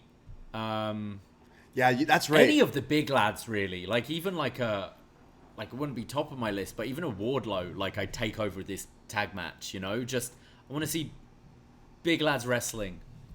Yeah, honestly, Danielson, Ishii, like, in a G1 classic killing each other match sounds good, but AEW has some solid matches. I feel like we had a card tonight with Danielson and Ishii both in the building, and they didn't wrestle. It's a tragedy. Evil Uno and the Blade. It's a tragedy. It's a tragedy. We go to. I'm still happy I'm seeing this guy, and I'm hoping he comes back, because honestly, this guy's awesome. We praise him a lot, and yeah, I'm excited if they do something. But no Okada. No, I don't think Okada needs to be doing this kind of stuff either. This would be such a waste for people who like keep hearing about it. All the names you want to see him mix with are tied up in someone else. Yeah. So like, why? Yeah. At some point, the door's clearly open there. Yeah. When you can make it as a big match, give time to promote it. Give us time to buy our tickets, book our COVID test. Like, then we can talk about Okada. But yeah, there's too much else going on right now. Yeah, I agree. We go to Andrade and FTR. They're backstage being interviewed, and Andrade is talking about Cody and Pac and says, I beat you both clean. Doesn't matter if the tag team match I lost, because I know I can beat you, and now I'll show you my bad side. There's Tully, who says, hey, Arn, you want to stick your nose in someone else's business? Well, I got one more left in me. So Tully's laying down a challenge. I think Arn and Tully should have a duel with the Glocks. Russian roulette? Like 10 paces back, turn around. Tully's dead, if that's the case. Like, Arn hasn't wrestled for a long time. Yeah, Tully has. Tully wrestled last year. Oh, wait, no. Oh, no, Tully, Arn's kid wrestled. Right? Arn's done the spine buster a couple of times. And taken some kicks. and blocked the only person to block. Tully needs to fall back. Are we getting this match? 'Cause Sorry. This isn't the first time Tully's teased this. Sorry, Tully. You mean you want to challenge the man who A, blocked Black Mass for the first time ever from Malachi Black, like the only person to block it, and B, mentions how he keeps a Glock in his glove box, and you want to challenge him? That's Tully. That's a dumb move. Yeah. You're asking for it. You're asking to either get shot or beat up. But I'm sorry, Tully. FTR also say that they were screwed because of the faulty finish, yes. The legal man situation, which we figured they would go with, but maybe didn't play out as good when it happened. But yeah, we're going to an 8-man tag. Yeah, next week. I gotta say, and we've got the Malachi Black bit later, but I'm kind of over a few of these feuds now. Yeah, 100%. Like Cody and Black especially. It's all Malachi Black's done since he's come in. His feud with Cody. Right. It's been months now. Yeah. Feuding with this guy, and we're still getting these matches. I thought it was a stacked show, full gear, and the tag match definitely got lost in it. I feel kind of the same about this. I can't say I'm too excited. I'm sure the match will be good. You've got great talent in there, but I'm not interested. Yeah, I mean, you could do Malachi Black Ishii. Like, sure. That sounds nuts. Do we go back to Yeah, Ishii? sorry, but like, not, yeah, why? He's got to fight Cody. Cody's got to get another win. Ever. Cody's going to keep fighting Malachi Black until he gets cheered. They're destined to do this forever. Yeah. Damn. He could be fighting other people. It'd be fine. Yeah. It'd be great. I also don't know why they're all hanging out. It's like, why Andrade and Malachi Black and FTR? We're all from NXT? Is that the clique? I guess so, yeah. I don't know. That makes sense. They were friends. They were hanging out before. They know each other. Yeah. I don't know. We go to... Well, actually... Oh, wait, no. Zelina. Well, Zelina, Black, and Andrade, yeah. That links them, I guess. Yeah, true. We go to Ty Conti. It's a video here. She's talking about her loss at Full Gear, but she's not treating it as a loss because she's learning it. It's learning experience being in such a high-profile title match, but coming up short. I'm starting again, but not starting from the bottom. I'm not starting from scratch. I have all this advantage and things, and next time I have a title shot, I'm coming out the new champion. She basically says, I lost on Saturday, but I didn't lose on Saturday. I'm pretty sure you lost on Saturday. Yeah. It was very much like on NXT yesterday when Braun Breaker interrupted Ciampa and just says, I'm going to beat you and all this. And Ciampa's like, we've done this. I've beaten you. Like, what are you talking about? It cuts to then Britt Baker with Jamie Hayter and Reba, of course. And they're talking about it it's over for Ty. Like, it's done with. And we're going to focus on Jamie becoming the TBS Women's Champion and that they're going to beat Thunder Rosa. And Britt tells Shivani, we don't say that name in the DMD world here, but you know what? I'll make an exception. Thunder Rosa, when Jamie beats you, we're going to permanently make your name irrelevant. So, damn. So you think Thunder Rosa gets beat by Jamie? No. Yeah, Thunder Rosa is going to lose Thunder to Rosa Jade, is going right? to beat Jamie. And although, no, actually, you could have Jamie win. This is the quarterfinal match, right? You could have Jamie win due to Britt interfering, and then that leads to Thunder Rosa and Britt going at it for the main title. Winter is coming. Yeah. Big TV match. Hope they do it lights out or whatever again. That one was violent and crazy. Sanction it this time. But yeah, give me weapons. Yeah, for sure. Give me blood.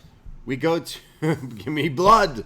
That's what this next match needed to get into that next gear, but unfortunately it won't have that. Hikaru Shida versus Nyla Rose in the tournament for the TBS Women's Championship. Shida versus Rose. I don't know how many times they've actually fought, but I feel like I've seen them fight a lot. Yeah, I checked. They've only had 2 singles matches in AEW. They have had a lot of like multi-women matches. Okay, There's been like 4-ways and tag matches and stuff. Okay. But yeah, it feels like these two have been tied together for a long, long time. Okay. So Shida versus Rose. We got Vicky Guerrero on the outside barking orders, and the crowd, before Vicky even says anything, says, "Shut up, Vicky." And she's like, "I didn't even say anything." Rose is in control, throwing Shida around, who's always jumping around, trying to evade her. There's a kendo stick brought in when the ref is not looking. That's being used. The Rose attacks the knee of Shida because we know that Deeb injured it like a few weeks ago, so she knows that, and beating down on there. Shida has a chair set up, and Rose sits her on it and is going to jump off the apron, but in the last second, Shida moves out of the way. Therefore, Rose does this like swan dive senton onto this like empty seated chair and just This was pretty crazy, actually. Yeah. Ouch. Yeah, that must hurt. 100%. She's lucky that the chair actually folded instead of just staying. Yeah. And then they go to picture in picture, and this is when Shida has control. But Serena Deeb, when the ref isn't looking, talking to Vicky probably, comes in and just clips the knee of Shida and then runs away into the front row, just chilling there. And then this is when Rose is on the attack again. Goes for the beast bomb, but gets out of it. Shida goes for some of her moves, but she can't do anything with this injured knee, and it turns into this standing stretch muffler, the Brock Lock, from Nyla Rose, and Shida is in so much pain that she taps out. Nyla Rose wins. I think this is the right move because Shida's already got that injury, and we're going back to that feud with her and Deeb, which is great. I think now you're seeing that this women's division, it's taking time, but it is starting to create more things. We've got like the AEW women's title picture, you've got this TBS title picture, and now you've got Shida and Deeb, which isn't for a title story going on, which there's a lot of criticisms about the women's division, and yes, there was only one match on tonight from the women's division, but it feels like they are making steps in the right direction. This match was good. I think both have a good chemistry. I think Nyla's best matches in this company have been against Shida and Riho. And the smaller, because she's the giant. Yeah. Exactly, and they work well with kind of like Shida's offense, especially like trying to cut her down. And Nyla took some pretty nasty bumps in this. I just felt kind of middle of the show, a match that we've seen a bunch already. I was checking out a little bit of it.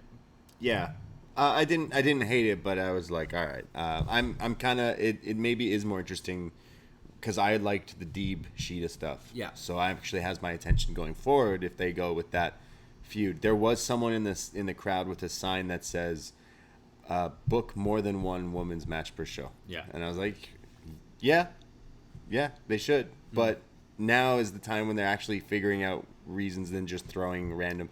Like, instead of just going, hey, Penelope Ford's going to face Shida tonight. It's like, okay, well, like, fuck, why do we care? Whereas now you have kind of 3 different, like, paths in the women's division that you can There's stories focus them and build matches around. Because you can be like, oh, well, why can't you just throw in a match? It's like, no, they threw Ishii against Butcher and the Blade, and I didn't give a shit either. So, like, it's not just because you're doing it with women, but now that they've literally, one of my favorite matches and stories is going with the Shida Deeb thing, just because it's just this, they hate each other and they're going to do anything to go after it. And the matches they've had have been awesome. So, and Deeb's really working as a heel. She's kind of changed up her look a little bit as well. The Professor. Yeah.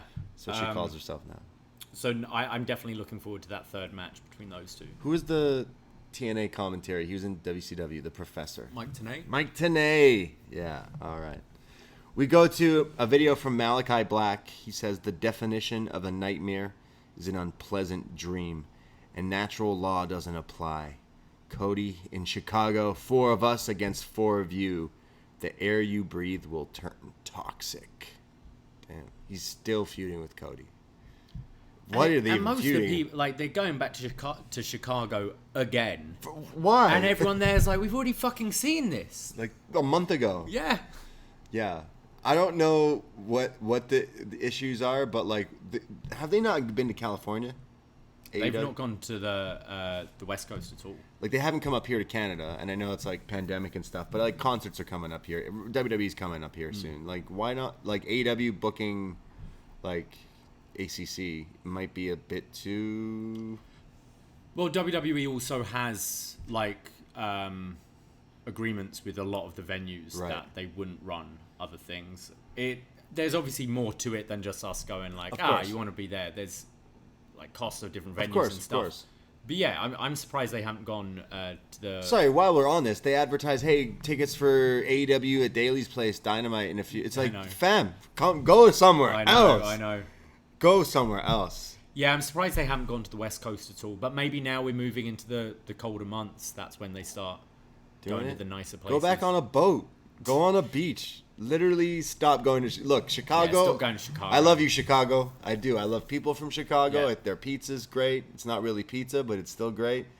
Stop going there. You've had enough, Chicago. Stop it. Florida, you've had enough. Stop it. Yeah. Stop it. Maybe it's because AEW doesn't have like a true Canadian star yet. Sean Spears doesn't cut it. Kenny Omega? Oh, yeah, shit. True, yeah, true. And Christian Cage, Chris Jericho. Fuck, yeah. What? Come to Canada. Come to Toronto, well, TK. Shad Khan owns the Four Seasons in Toronto, right? Let's go. Like, so there is, I believe he, in the kind of, like the press thing after Full Gear, they did say he did mention it. But they've not mentioned Revolution yet, where that's going to be. Let's go, Toronto. No, like, look, they just went to New York City, and I thought that was awesome. And then they're like, and we're going back to Daly's Place, and we're going back to Chicago. It's like, come on, go somewhere else. Like, as a fan... I know a lot of people travel for shows and travel to a lot of shows. They just did a show in Minnesota, and I joked like, sorry Minnesota, but like there's cooler spots, and we're just going into winter where there isn't snow yet, and Minnesota had snow on Saturday. It's like, book the show in California so everyone goes, should I go on a little vacation to California and watch some graps? Like, wouldn't that make people, instead of just going, hey, we're going to this snowy place, and then we're going to Chicago, and we're going to Chicago again. I mean, I don't know how much for, like, a Dynamite and stuff they're really thinking of people traveling in. They want to go to a market that people are going to... Sure. Like, you're selling mainly to the locals, right? And then... which is apparently why they're going... WWE are going to Nashville for... SummerSlam? Is it SummerSlam next year? Because apparently... for last year's SummerSlam or something, Tennessee was the only state that didn't buy a single ticket for the event, which is weird. Like, people were traveling in, so they wanted to target that because they're like, oh, well, if they're not going out, we'll come to them or something. Weird. Which is kind of weird. That is weird. So, wait, so everyone in Tennessee doesn't like wrestling? Doesn't like wrestling. Let's go to Tennessee. Is that why they keep going to Corpus Christi? Sorry, like, there's cool places in this world, and they should capitalize on that. Yeah. I thought AEW was... I know that the pandemic fucked stuff up, and that could still be potentially... There's rules, right? Like Canadians, we got to do all sorts of hoops to even travel right now, and, you know, testing and vaccines and all that stuff. It's just like they just keep going to Chicago. Yeah. Again, I love you, Chicago. Fuck off. Because, like, stop going there. It's the same people. Well, there's Scrump. There's Scrump again. It's like, well, he also just travels because he was in the front row at Full Gear. But it's like literally the same people who are going there. It's like, how are you supposed to grow if you're just going to the same town? It's like an up and coming band, right? They're like, yo, we're trying to get this band popping, man. We're trying to get this going. We're gonna do our world tour in Chicago. It's like, okay, well, like, no, you do it other places. Yeah. That's our rant on why wrestling should travel. Because we travel for it. We've traveled. We've paid AEW our monies to go travel, and we thought they did a stellar job. And hopefully they get to do more traveling in the near future. Because you guys listening, there must be people who are like, why are they coming? I bet this event at this venue in Chicago is better than the dog shit they use for All Out. The Sears, like, this is actually Chicago, right? This is actually, I don't know anymore. I don't even know anymore, man. They just go there every week, it seems. Why don't they just have their headquarters there at the Pro Wrestling Tees stationary. Like I love that they haven't toured. It's so weird. The Wintrust Arena. Okay. All right. Sounds trustful. Wind of the wind. Should we continue on? Nah, you're looking up Chicago venues. Let's just go to Chicago. Yeah, in the winter, I don't know. It's gonna be cold here. They shouldn't do a show in Toronto. 10,000 seater. Yeah, so it's better than the Hoffman Estates. Hoffman Estates, right? Yeah. We were talking about some venues on a show, actually. Cheap, quick plug before I jump back into Dynamite is we have a 20th anniversary of Survivor Series 2001. Oh, yeah. And we did a review. We recorded it today. It's out on the Patreon this week. But it's from the Greensboro Coliseum, North Carolina. And doing some digging. Man, they went there a lot. Yeah. Just wrestling went there a lot. Like so many of the best match evers we've done, the Greensboro Coliseum always comes. Yeah, so we go off on Greensboro Coliseum. Shout out wherever that is. But has AEW gone there? Because, it's got some history. Yeah, have they been to the Coliseum? That Coliseum, though, I don't know. Well, let's talk about some Dynamite again. What was I even plugging? Oh, Survivor Series 2001, the Alliance versus WWF. Yes. Yeah, great show. We go to MJF, who comes down to the ring. He's hanging out with his pals, the Chairman, his attire is so weird. He's wearing like a blazer and then a toque, and then he sits in the ring and he's eating like a chocolate bar or granola bar or something while MJF's cutting his promo.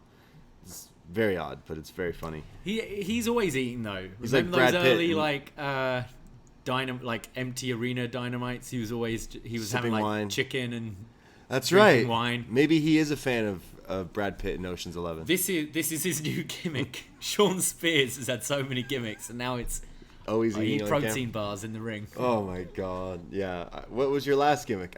Chairs fetish. You one before that? The number 10.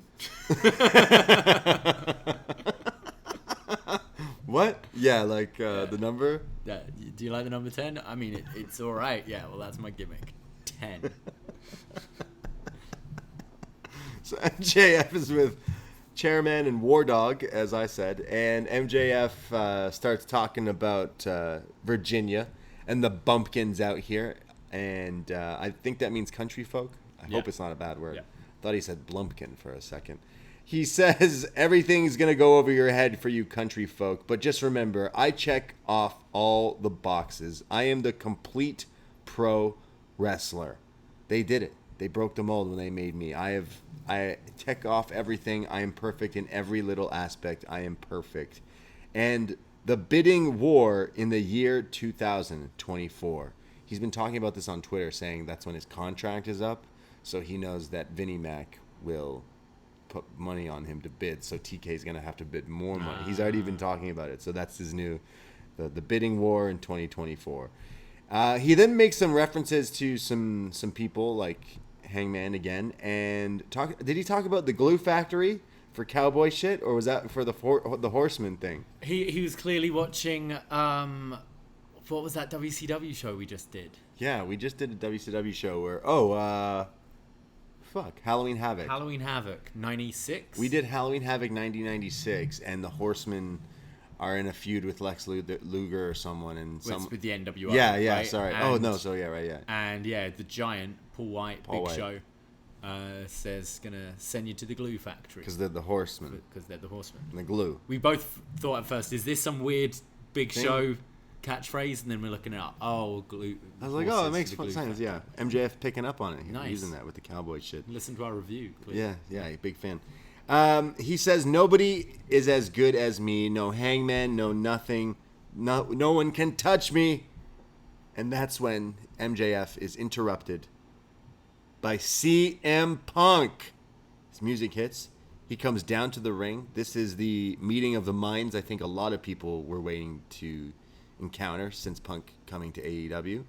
And you could tell MJF looked almost a little emotional, actually. He looked like he was trying not to let people realize his eyes were teary. I think he was playing that. Okay. Yeah, I think he was playing that.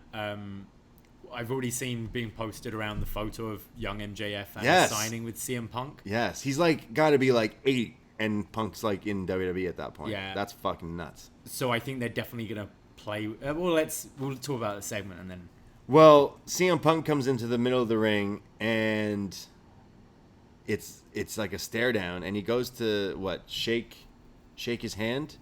Yeah, MJF offers his hand. MJF wants to shake his hand, and Punk laughs at him, turns around, and leaves. Love it. I think this is a great new side to MJF's character, that maybe Punk is the only wrestler that MJF slightly fanboys over. Right. And that guy just disrespected him. Yeah. I can see you can do with this story like they did with Jericho and Shawn at 19. Right. You know, like... Right. I think there's a lot of qualities of MJF. Well, his promo, obviously. There's a lot of qualities that you can see a young MJF looking up to CM Punk. And I think Punk just giving them the disrespect of laughing and walking off is great. I think this feud's going to be awesome. Winter is coming should be this big program. I mean, instantly you could go next week, Chicago, but fuck Chicago. We can have weeks of these on the mic with each I other. hope so. You now need, and I think that's why I think it was, MJF playing this kind of teary-eyed, emotional, CM Punk, I'm going to share a ring with CM Punk. This is pretty cool. And just the disrespect. Awesome. Love it. Yeah, I'm this is a total, like, again, a swerve like earlier with Danielson thing. It's like you expect right away, okay, they're about to shoot on each other because Punk's just been doing that with Eddie and all that. But no, they're going to let this like breathe and it almost Punk's look. Well, also it advertised now. We know. I mean, next week there's going to be some sort of interaction where they talk to each other now. It's Chicago, and that's a big like draw. I'd say now it's like we know this is coming. So yeah, I like this. This is great. It was funny. It was also, like on NXT the other week where Ciampa said to Mello, like, I'm hearing all you're talking about being the A champion, but looking in your eyes, I don't believe you. Yeah. I can almost see the same thing with Punk where he's come down and he's like, all right, let's see this MJF guy up close. And then he's looking at him and he's like, no. Yeah. This guy ain't it. Yeah. It's definitely similar vibes there. That's what the program's going to be. Maybe it's his first loss to MJF. Maybe that's the direction. But I can't wait for the this feud. Is gonna be great. Yeah. Everyone's been waiting for this one, I think. So let's do it. For sure. We go to a video of Darby Allin. He says, Max beat me. One day we will have a rematch and I will get my revenge. But I got to move on from this. And he knows that, Max cheated to win in the headlock takeover. And he's not going to let it get to him. Instead, I'm moving on. I'm here in AEW. I move forward. And I want the biggest and baddest people to fight. And he's interrupted by the Gun Club. Billy Gunn. Yeah, the biggest and baddest. Oh, did you say biggest and baddest? Well, look no further than the Gun Club. And they challenge Darby to a match. And in fact, it's this Friday. Darby versus Billy Gunn. The one, Billy Gunn. I love Darby's reaction here because I feel it was kind of like us, the audience. It was like, fuck it, sure, okay, all right, Billy Gunn, Darby Allin, let's do it. And then they walk off, and it's Austin Gunn who has the last line, who goes, I like turtles, and walks off. I fucking laugh so hard. Yeah, biggest and baddest, Billy Gunn. Yeah. Can't wait. I mean, this is just a rehab match for Darby, right? Yeah. Get back on a bit of a winning streak again, but this was odd. I forgot about these guys. They never wrestle on TV. Really. Yeah, I like Austin Gunn. I think he's funny. He Yeah. does the music stuff as well, but he made me laugh here. But I don't know. Well, I guess we'll watch Maybe Billy Gunn. Billy Gunn's getting a bit of a push. Fucking 2021. right. Just Yeah. Steamroll over Darby.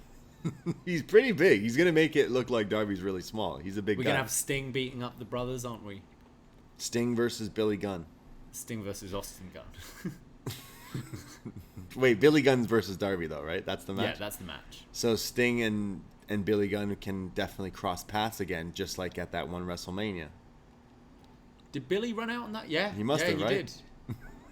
Did he? It was. That's a good trivia question. Did he or did he not? Was he fired yet, or was he there? Yeah, because he got fired. They were tag team champions at one point too. So they were tag champions the year before. Okay. And so then because they faced at my first Mania, it was Kane and the New Age Outlaws against the Shield. Well, you've seen Billy Gunn wrestle live. The match was so quick. They skipped through the entrances. I went to the toilet. When I came back, I saw Billy Gunn getting the Shield bomb, but he was coughing up blood. He had internal bleeding. Oh my god! Or something. Yeah. Wow. I hope that doesn't happen in his match against Davie. Against that little feather, yeah, he ain't. He ain't causing internal bleeding to the biggest and baddest Billy Gunn. I'm an Allen man. That's what he's gonna. I missed that theme. That's the best. Mass Man. Yeah, it's good song. stuff. Good stuff. Ringtone. We go to the Young Bucks.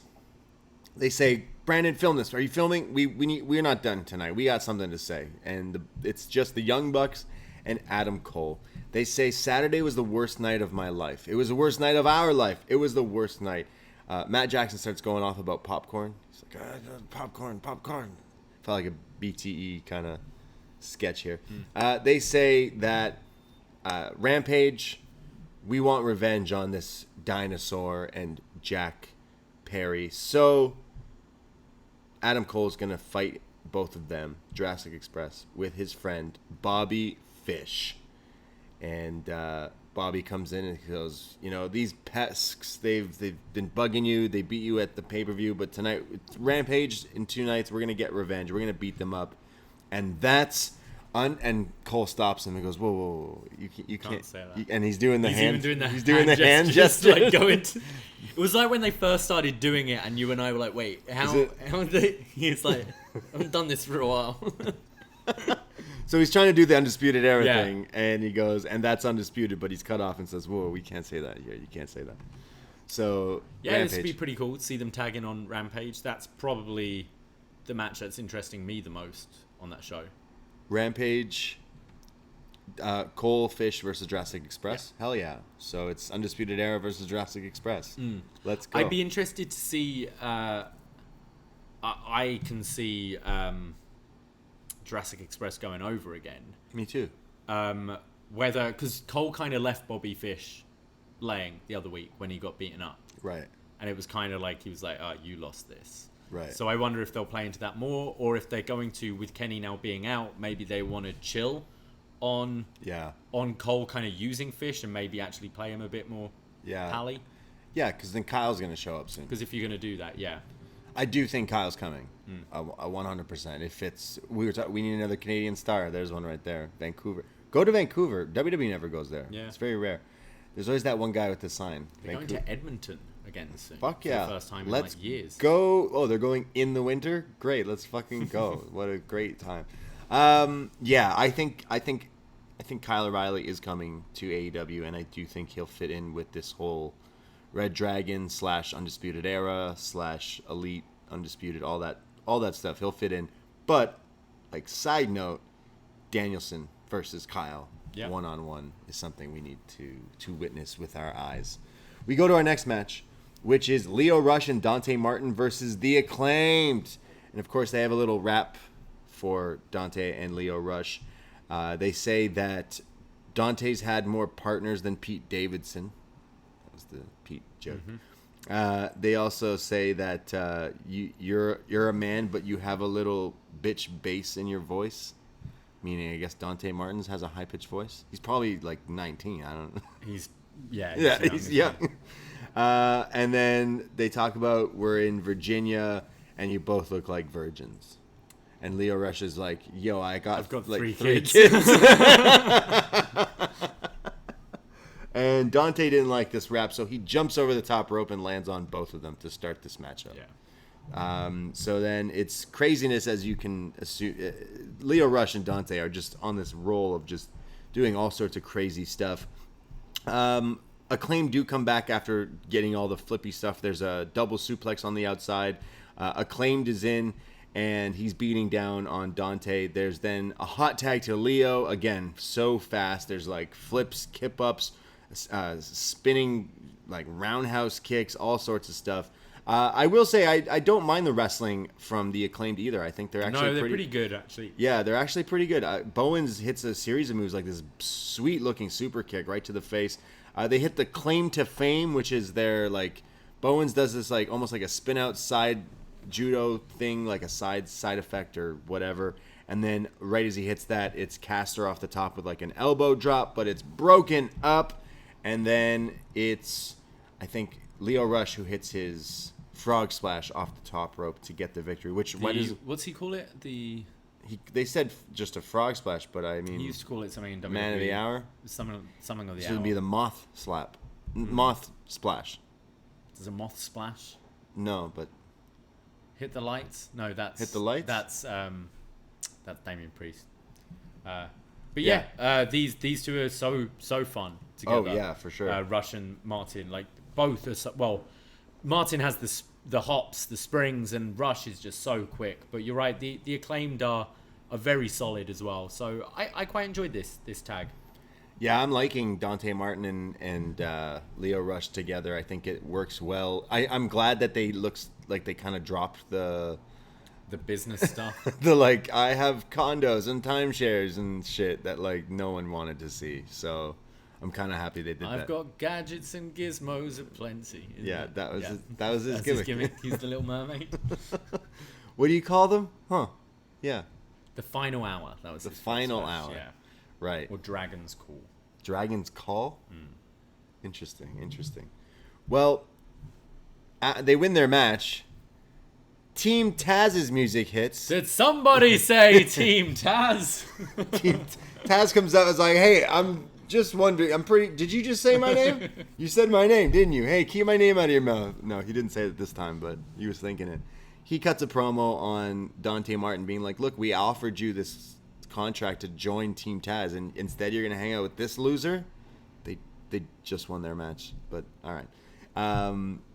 So this is now setting up some beef between Team Taz. He's talking about, this was business and you made the wrong choice, and he's pretty much still like how he was time ago. They're saying this, they'll still wait for him. They were like, hey, we waited a long time for Powerhouse Hobbs to make his decision. We're interested.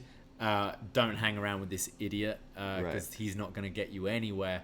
Come join Team Taz. Which I don't really know what Team Taz has done for anyone. It got Brian Cage a fake title, and now Ricky Starks has a fake title. And Brian Cage looks like he's just gone. Yeah, we haven't seen from him or heard from him for a while. WWE bound? He'll be the first jump. I feel he'll be one of the first bigger names to go. He seems like, just his Twitter, he seems a bit disgruntled and stuff. So, yeah. So more feuding of Team Taz wanting people to join and all that stuff.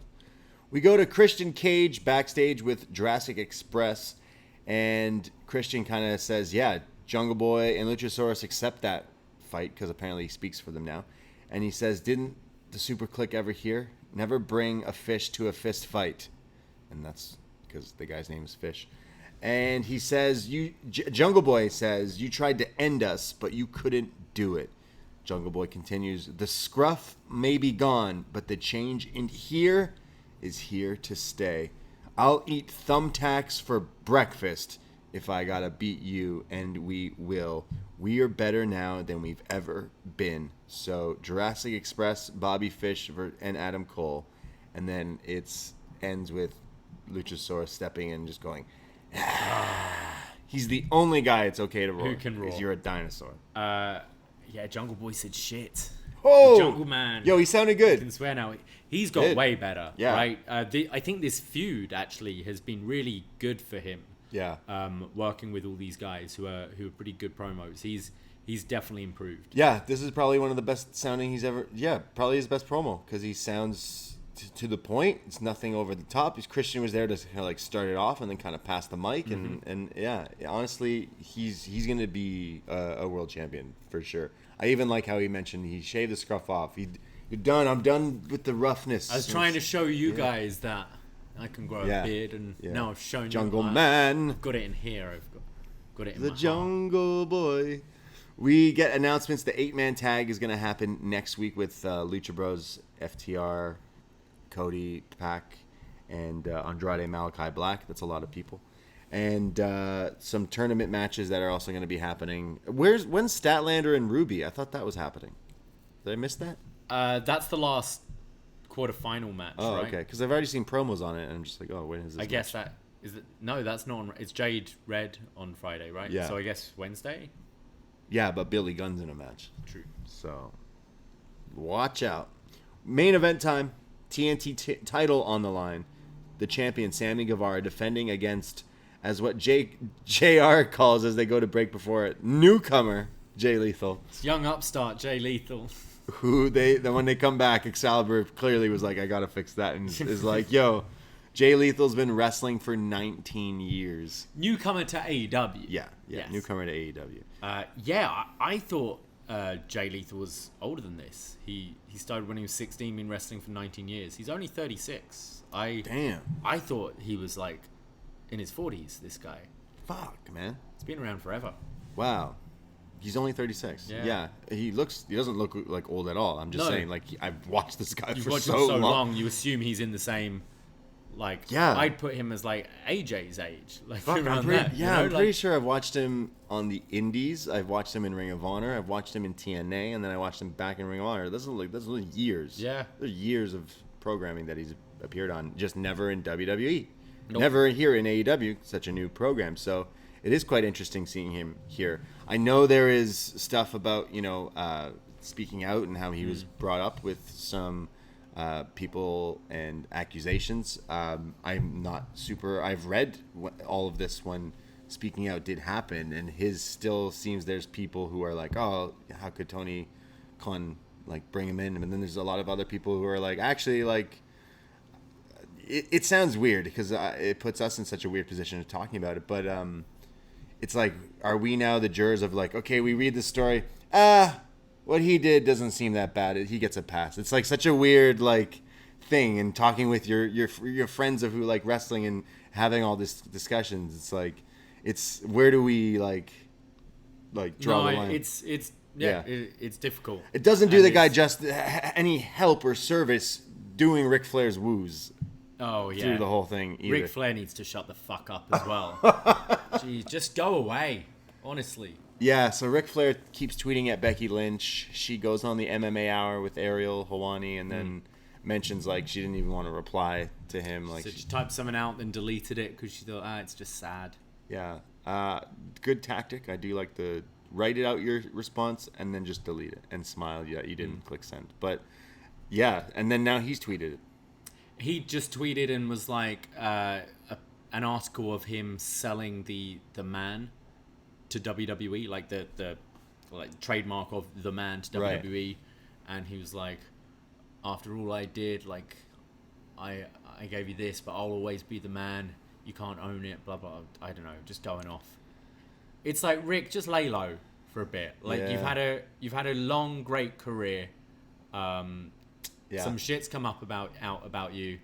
Just shut up. Go away for a bit. Yeah, like, look, I love Ric Flair. I've always been a big fan of him, and I'm like, come on, man. No, not his whole. But like all the time, you just check his social media at the moment, and you're like, shut up, fuck off. I think he's got someone doing it for him. He's got a new podcast, right? Like, just launched. So like, well, he should fire whoever's doing this for him. No, like, I mean he's doing it on purpose, so it gets people listening to him. So it's odd, and still this whole thing with Charlotte as well. Like Becky saying something on the thing like, I'm looking forward to just getting this match over with and moving on. Yeah. I mean, isn't this a work? Is the match? Are they fighting on Sunday? One-on-one? Yeah, it's champion v champion, right? One-on-one. One-on-one. Yeah, is it just not a work? I think there is truth in all of this. I don't think you'd be having like Ric Flair at the moment is kind of not mentioned on WWE, right? They've taken him away since the accusations. He's not in the kind of opening thing. I don't think they want her kind of talking about him if it's a work. Like, go out there and stir the pot a bit. True. It's, and just hearing her, it sounded very like honest and It truthful. did. I I've not been. I don't watch main roster, but when she's like, yeah, I'm wanting to get forward to the match. And I was like, for fuck's sake, are you wrestling? I'm like, oh, yeah, it's Survivor Series. I guess they're both the champions. I'm like, oh, yeah, they did the thing with the title drop thing that she was mad about and stuff. But it does make it probably the match I'm most interested in seeing because of, like, genuine beef. Think Sean Brett all the time. You know they had genuine beef with each other. And right. It does make it kind of... It's the most interesting thing going on there right now. Yeah, I don't even know what other matches are on that card, so... But yeah, just shut up, Rick. And yeah, Jay Lethal, maybe don't do a woo. Ric Flair. Coming out. Yeah. Again, like, I don't want to just be like, oh, some people say we can give Jay Lethal a pass, so it's like, fine, right? But honestly, like, I haven't freshened up with what the accusations are, so I don't feel too comfortable commenting on it. Again, don't you should not be offended by anything we're saying. But like, if TK thinks that maybe it's okay, he probably knows a lot more and has a lot more connections and people and accounts and things. You know what I mean? I mean, we know he hasn't brought in other people that he possibly would have. Exactly. Like, surely, like, Tessa Blanchard would be there right now. Exactly. Right? But yeah, he hasn't. And that's someone who his company would want, a Tessa Blanchard, if there weren't all this other stuff surrounding it. So, yeah, I kind of know what you mean. As I said, I haven't reread all the accusations that are there. Yeah. We always are supportive of everything and that speaking out thing and like the Me Too stuff and everything. But if it's like, okay, well, it seems like there's a higher guard here who have maybe decided. It's like WWE. It's like a lot of these people were like, hey, why isn't this guy fired yet? Or why are these people not fired yet? And then eventually these people got fired. Or some people were like, actually, no, like, this is what happened, or this is the truth. Like, again, we don't know these things. However, I'm talking about Jay Lethal, the wrestler. I think he's a mighty fine wrestler. Yeah, I've watched him for a long time. Jay Lethal has a little insert promo saying he's been waiting for this moment for a very long time, and he's here. He's all elite. I'm assuming he said that at the pay-per-view. That means he's signed, right? Like he's here to wrestle. He's all elite. Yeah, we've had the graphic and everything. Yeah, once it's the graphic, it's official. So he says that he's been waiting for this opportunity like this, and he's not gonna waste it, and he's gonna take this TNT title from Sammy Guevara, who comes out next. Sammy Guevara, Jay Lethal. Jay Lethal's got that music we heard at Full Gear. It's like the Pop and Circumstance remix and stuff. It's almost like Daniel Bryan's remix of his Ride of the Valkyries, but with Land of Hope and Glory. Jay Lethal, Sammy Guevara. They mentioned Jay Lethal's wrestled for 19 years. That's how old Sammy Guevara is. Isn't that fucked?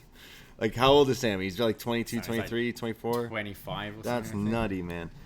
They start off with this, like, fast back and 28. forth. Oh, okay, damn. Some back and forth, like, almost chain wrestling where they're dropping each other in counters. Lethal gains control and hits one of his patent moves, a flatliner for a near fall. There's a huge tope as well. Sammy sends him to the outside, hits, like, a flying corkscrew flop thing, sends him back in and hits this, like, shooting star. But at the last second, Lethal gets his knees up, and Sammy starts selling the ribs and the injury from the pay-per-view that he was at when he got punched a lot by UFC fighters, but then also did a swanton bomb off a really big ladder. So he's taped up. They go to picture-in-picture, and it just shows, if you were watching it, that the doctors and the refs are just checking on Sammy, and he's selling the ribs. No count out. They're just checking on him. I hate this. Okay, if the performer is genuinely injured, by all means, take your time. If it's story, like the story of the match, we're going to check on you and your ribs. Sorry, but the idea of the sport is to hurt someone until you win. Yeah. If you're too injured to answer a 10 count, you count it out. This was the whole 3 minutes. And AEW are normally pretty good at putting exciting action in the P&P. This was just, let's check on Sammy for 3 minutes. It kind of annoyed me, this bit. Because Jay Lethal should have just won the match via count out.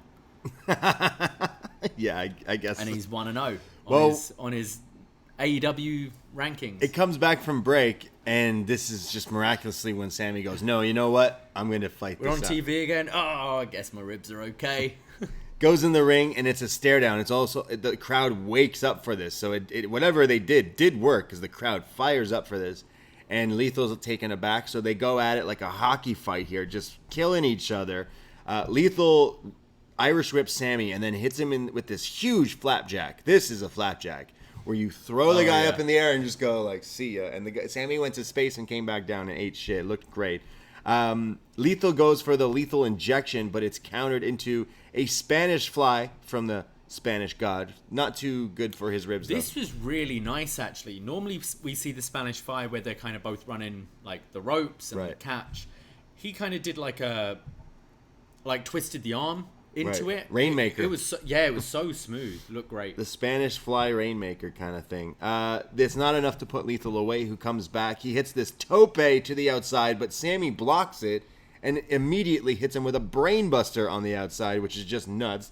They're then brawling around. Sammy levels him and puts Jay on this like table ringside. Climbs up to the top turnbuckle, like to the post. Jumps to the outside for, again, the Swanton bomb. And just goes right through the table. Did Jay get out of the way here, or did he hit him? I can't even... Jay moved. Yeah. And he just exploded this table. Yeah. Like the timekeeper's area. Looked nuts here. And this is when he's selling it again, the ribs and everything, but eventually gets put into the ring, and elbow drop from the Black Machismo. Mm-hmm. But it's countered in the last second into a roll-up, a crucifix. Sammy's been scouting. But that's a kick out. Lethal then puts him in a figure 4, and Sammy's trying to get out of this, and eventually he does. He gets to his feet and hits a super kick, a flying knee, but Lethal comes back, goes for a dragon suplex, one of his finishing moves that he uses, but that's countered. Sammy lands on his feet. Another kick, this running, flying knee thing that Sammy does, which is just crazy. Yeah, this was great, actually, because he kept on going for his go to hell, and his ribs were too messed up that he couldn't lift him. So he just kept doing these flying kind of V-trigger high knees. They look really good. He then picks him up on his shoulders in the torture rack, hits the go to hell, the GTH, and clocks him on the top of the head. And Sammy pins Lethal to retain the TNT title. But yeah, what a match. As Tony Nese watches on ominously from the front row. Tony Nese just hanging around. Man, where's Tony Nese? Who's his ticket guy? He's got the same guy as, Green Shirt Man. All of Brock Chicago. Lesnar guy. Scrump. Yeah. Yeah, Tony Nese loved this match. I did too, actually. It was good, yeah. Jay Lethal is a great wrestler, and yeah, just another good match for Sammy Guevara. This TNT Championship just keeps on. Whoever's holding it manages to put on pretty compelling matches. And I was watching it going, you could always, if you want to make a big impact with Jay Lethal, just have him win here. So I was biting on some of it, and especially the selling of the ribs. Like, it's a good out for Sammy. But yeah, strongest match on the show for me. Yes. Yeah, no, this match banged, honestly. I've watched a lot of Jay Lethal through the years. He's been someone who's just always, has a great work. He's been Ring of Honor champion for so long. He's Mr. Ring of Honor. Here you have Sammy, who's this, way younger, faster guy. Usually Lethal was always, in that role, but now Lethal's, perfected everything, by the way. I feel Lethal for a long time, maybe because he's been in ROH for so long, and he's so consistent, you kind of undervalue him a little. Yeah. And because you've just seen him for so long. Yeah. But it is nice to be reminded, and especially a bigger stage like this, you go, oh, you are good. Yeah, I felt for it. I kind of was good for you getting here, because you probably were in that, you had that ROH stink for years where you couldn't leave, essentially, or I don't know. But just as a fan. Well, I think he probably realized he's unlikely to ever go to WWE. Right. And didn't want to go back to Impact, and AEW's not been an option for too long. Yeah. So I think he probably thought, I'm going to be ROH for life, but obviously everything that's going on, the door opened up. Yeah, no, I really love this match. I'm hoping we get to see some more Jay Lethal matches like this down the line. They did a respect angle afterwards. The Inner Circle, Jericho and all them, come out, and they're raising Sammy's hand, and good job, and he's holding the ribs. And then Jericho's looking for the camera. He's like, am I on shot as well? It was Sammy, it was Jay Lethal, and then Jericho's just there hey, I'm on this show too. I'm here too. He's like, hey, Jay, good job. Welcome to all the UFC, the girls, the bikini girls. Right. They all pose with Jay Lethal. There's a handshake, a sign of respect, the code of honor from Sammy and Jay Lethal. But yeah, that's as Dynamite goes off the air. A bit of a mixed bag for me this week. I can't say it was one of my favorite episodes of Dynamite. There was some good stuff on it, but it almost felt a bit like kind of the Saturday Dynamite shows, where it just didn't feel quite as important. Treading water still with a few feuds coming out of Full Gear. Yeah. The Punk MJF stuff was great. The Bryan Hangman stuff was great, and I liked the main event. The rest was kind of just there for me. Nothing particularly bad, but nothing that really caught my attention. Yeah, the highlights for me was the bookends, the intro with the little thing with the Elite, and then Hangman celebration kind of cut short with Danielson just turning heel all of a sudden, and like my eyes lit up, like I can't believe, my ears perked up. Couldn't believe he was saying these things, and I loved it. You know what? I enjoyed this week. Because I also like the MJF stuff with Punk, but I really like this main event as well. So I see what you mean, though. There was a lot of stuff in the middle that really wasn't super important, but they are just coming off this huge, successful pay-per-view, which I heard they did pretty good numbers for it too. So like up a lot from last year's Full Gear. So nice. They're still just on this great run, and this instantly, Full Gear felt like it was the end of a chapter, end of a movie, and now it's like the next one. Yeah, the new season. It was like end of phase 2 in AEW. Yeah, phase 2. Yeah, and like entering phase 3 now with your new Avengers. Right. Yeah, Danielson and Punk. Yeah, and Jay Lethal. No, it feels like they instantly set up everything and told you what we're going with. Okay, hey, Deeb and Shida, this feud's continuing. It's not going to be for any title, but this is going to be a feud. Great, because everything they've done is awesome. MJF beat Darby. He's still running his mouth, says he's the best. Punk comes out. Okay, well, now that's the next feud. Danielson literally told us his 8-week plan, so that's fine. We already know where that's going. And the Dark Order. So that's fucking like, take all my money, please. And yeah, they're definitely going in some right directions. I wonder where Miro ends up, because that was maybe that's, you know what, we figured it out. We'll put us in a not bad mood, but just mood. Ishii. Maybe we just had too big of expectations. You can't just tease us and put him in a tag match with Matt Hardy. That did kind of bum me out a bit. Yeah, maybe that's it. That's it. So more Ishii, please. More Ishii. That was Dynamite. That was us talking about it. BDElite. We hope you enjoy hanging out with us, especially on the Twitch room. Shout out the Twitch room here tonight. You can listen to us, because we have so many other shows, on this free feed. Up next, you and John Siino this week. Siino does Shot in the Dark, where he talks all about Ring of Honor, the remainder of Honor, Impact, and all the other wrestling that you don't watch. Yeah, NXT UK, Dark Elevation, 205 Live, and should by the end of the week go to prowrestlingtees.com/upnext and get yourself a Shot in the Dark t-shirt or hoodie. They've been submitted. They should be on their site. They could be on the site when you're listening to this tomorrow. Damn. So go and support Siino, because he does so much work for us and for Post Wrestling, and his shirt looks pretty sweet as well. It does indeed. Go check it out, and go get yourself an UpNXT hoodie if you don't have one already. Because I know there's a sale next week as well, so maybe wait till then and go do them and all that stuff. Yeah. We've got our Survivor Series draft tomorrow on Twitch at 9 p.m, so come back and join us. We need your votes. And if you're a patron of Post Wrestling, I'll be joining Jordan Goodman and Wade Ting tomorrow for the Wellness Policy at 3 p.m. on Zoom. And then I believe that'll be available for free at a later date on the Post Wrestling feed. So come join us for that too. But a lot we're talking about, and of course Survivor Series this Sunday. Come and hang out for the watch along. Yes. So what are you waiting for? Hit subscribe on the UpNXT Twitch. Go to the YouTube. Subscribe to us there. Follow our socials. All these little things cost nothing, and they help us out a lot. So thank you.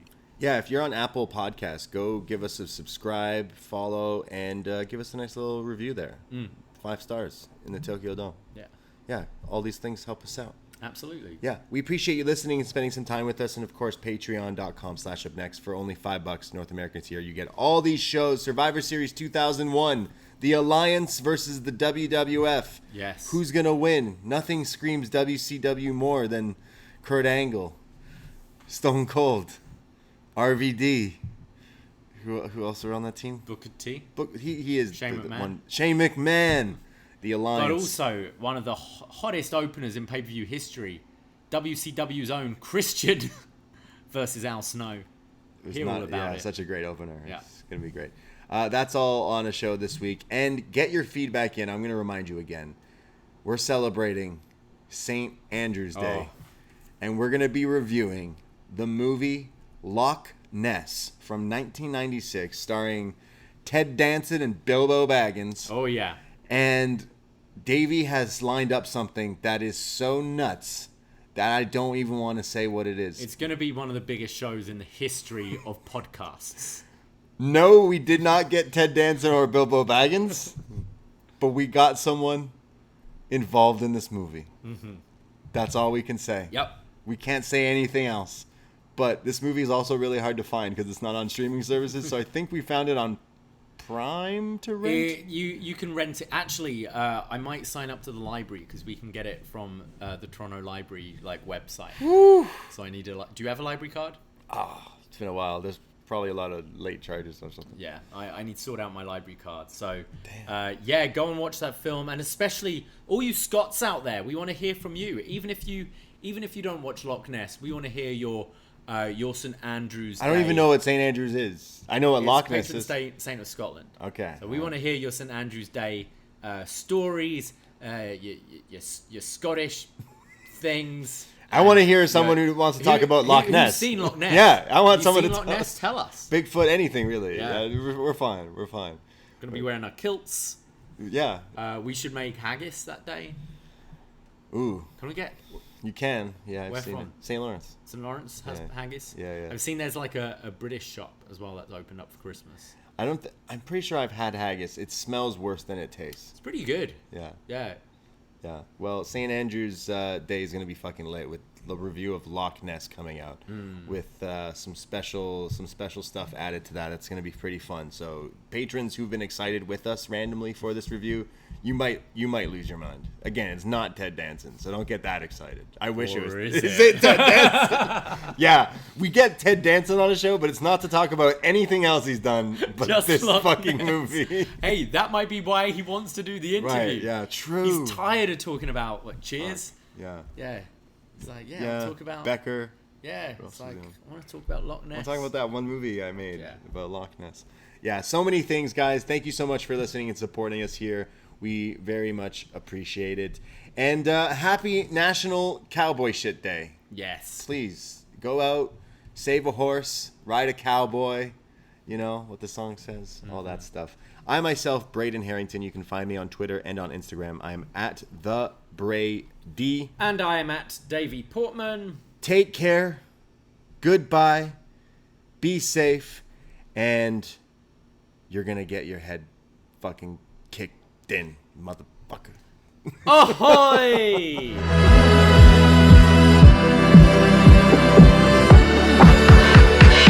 All I do is win, boy.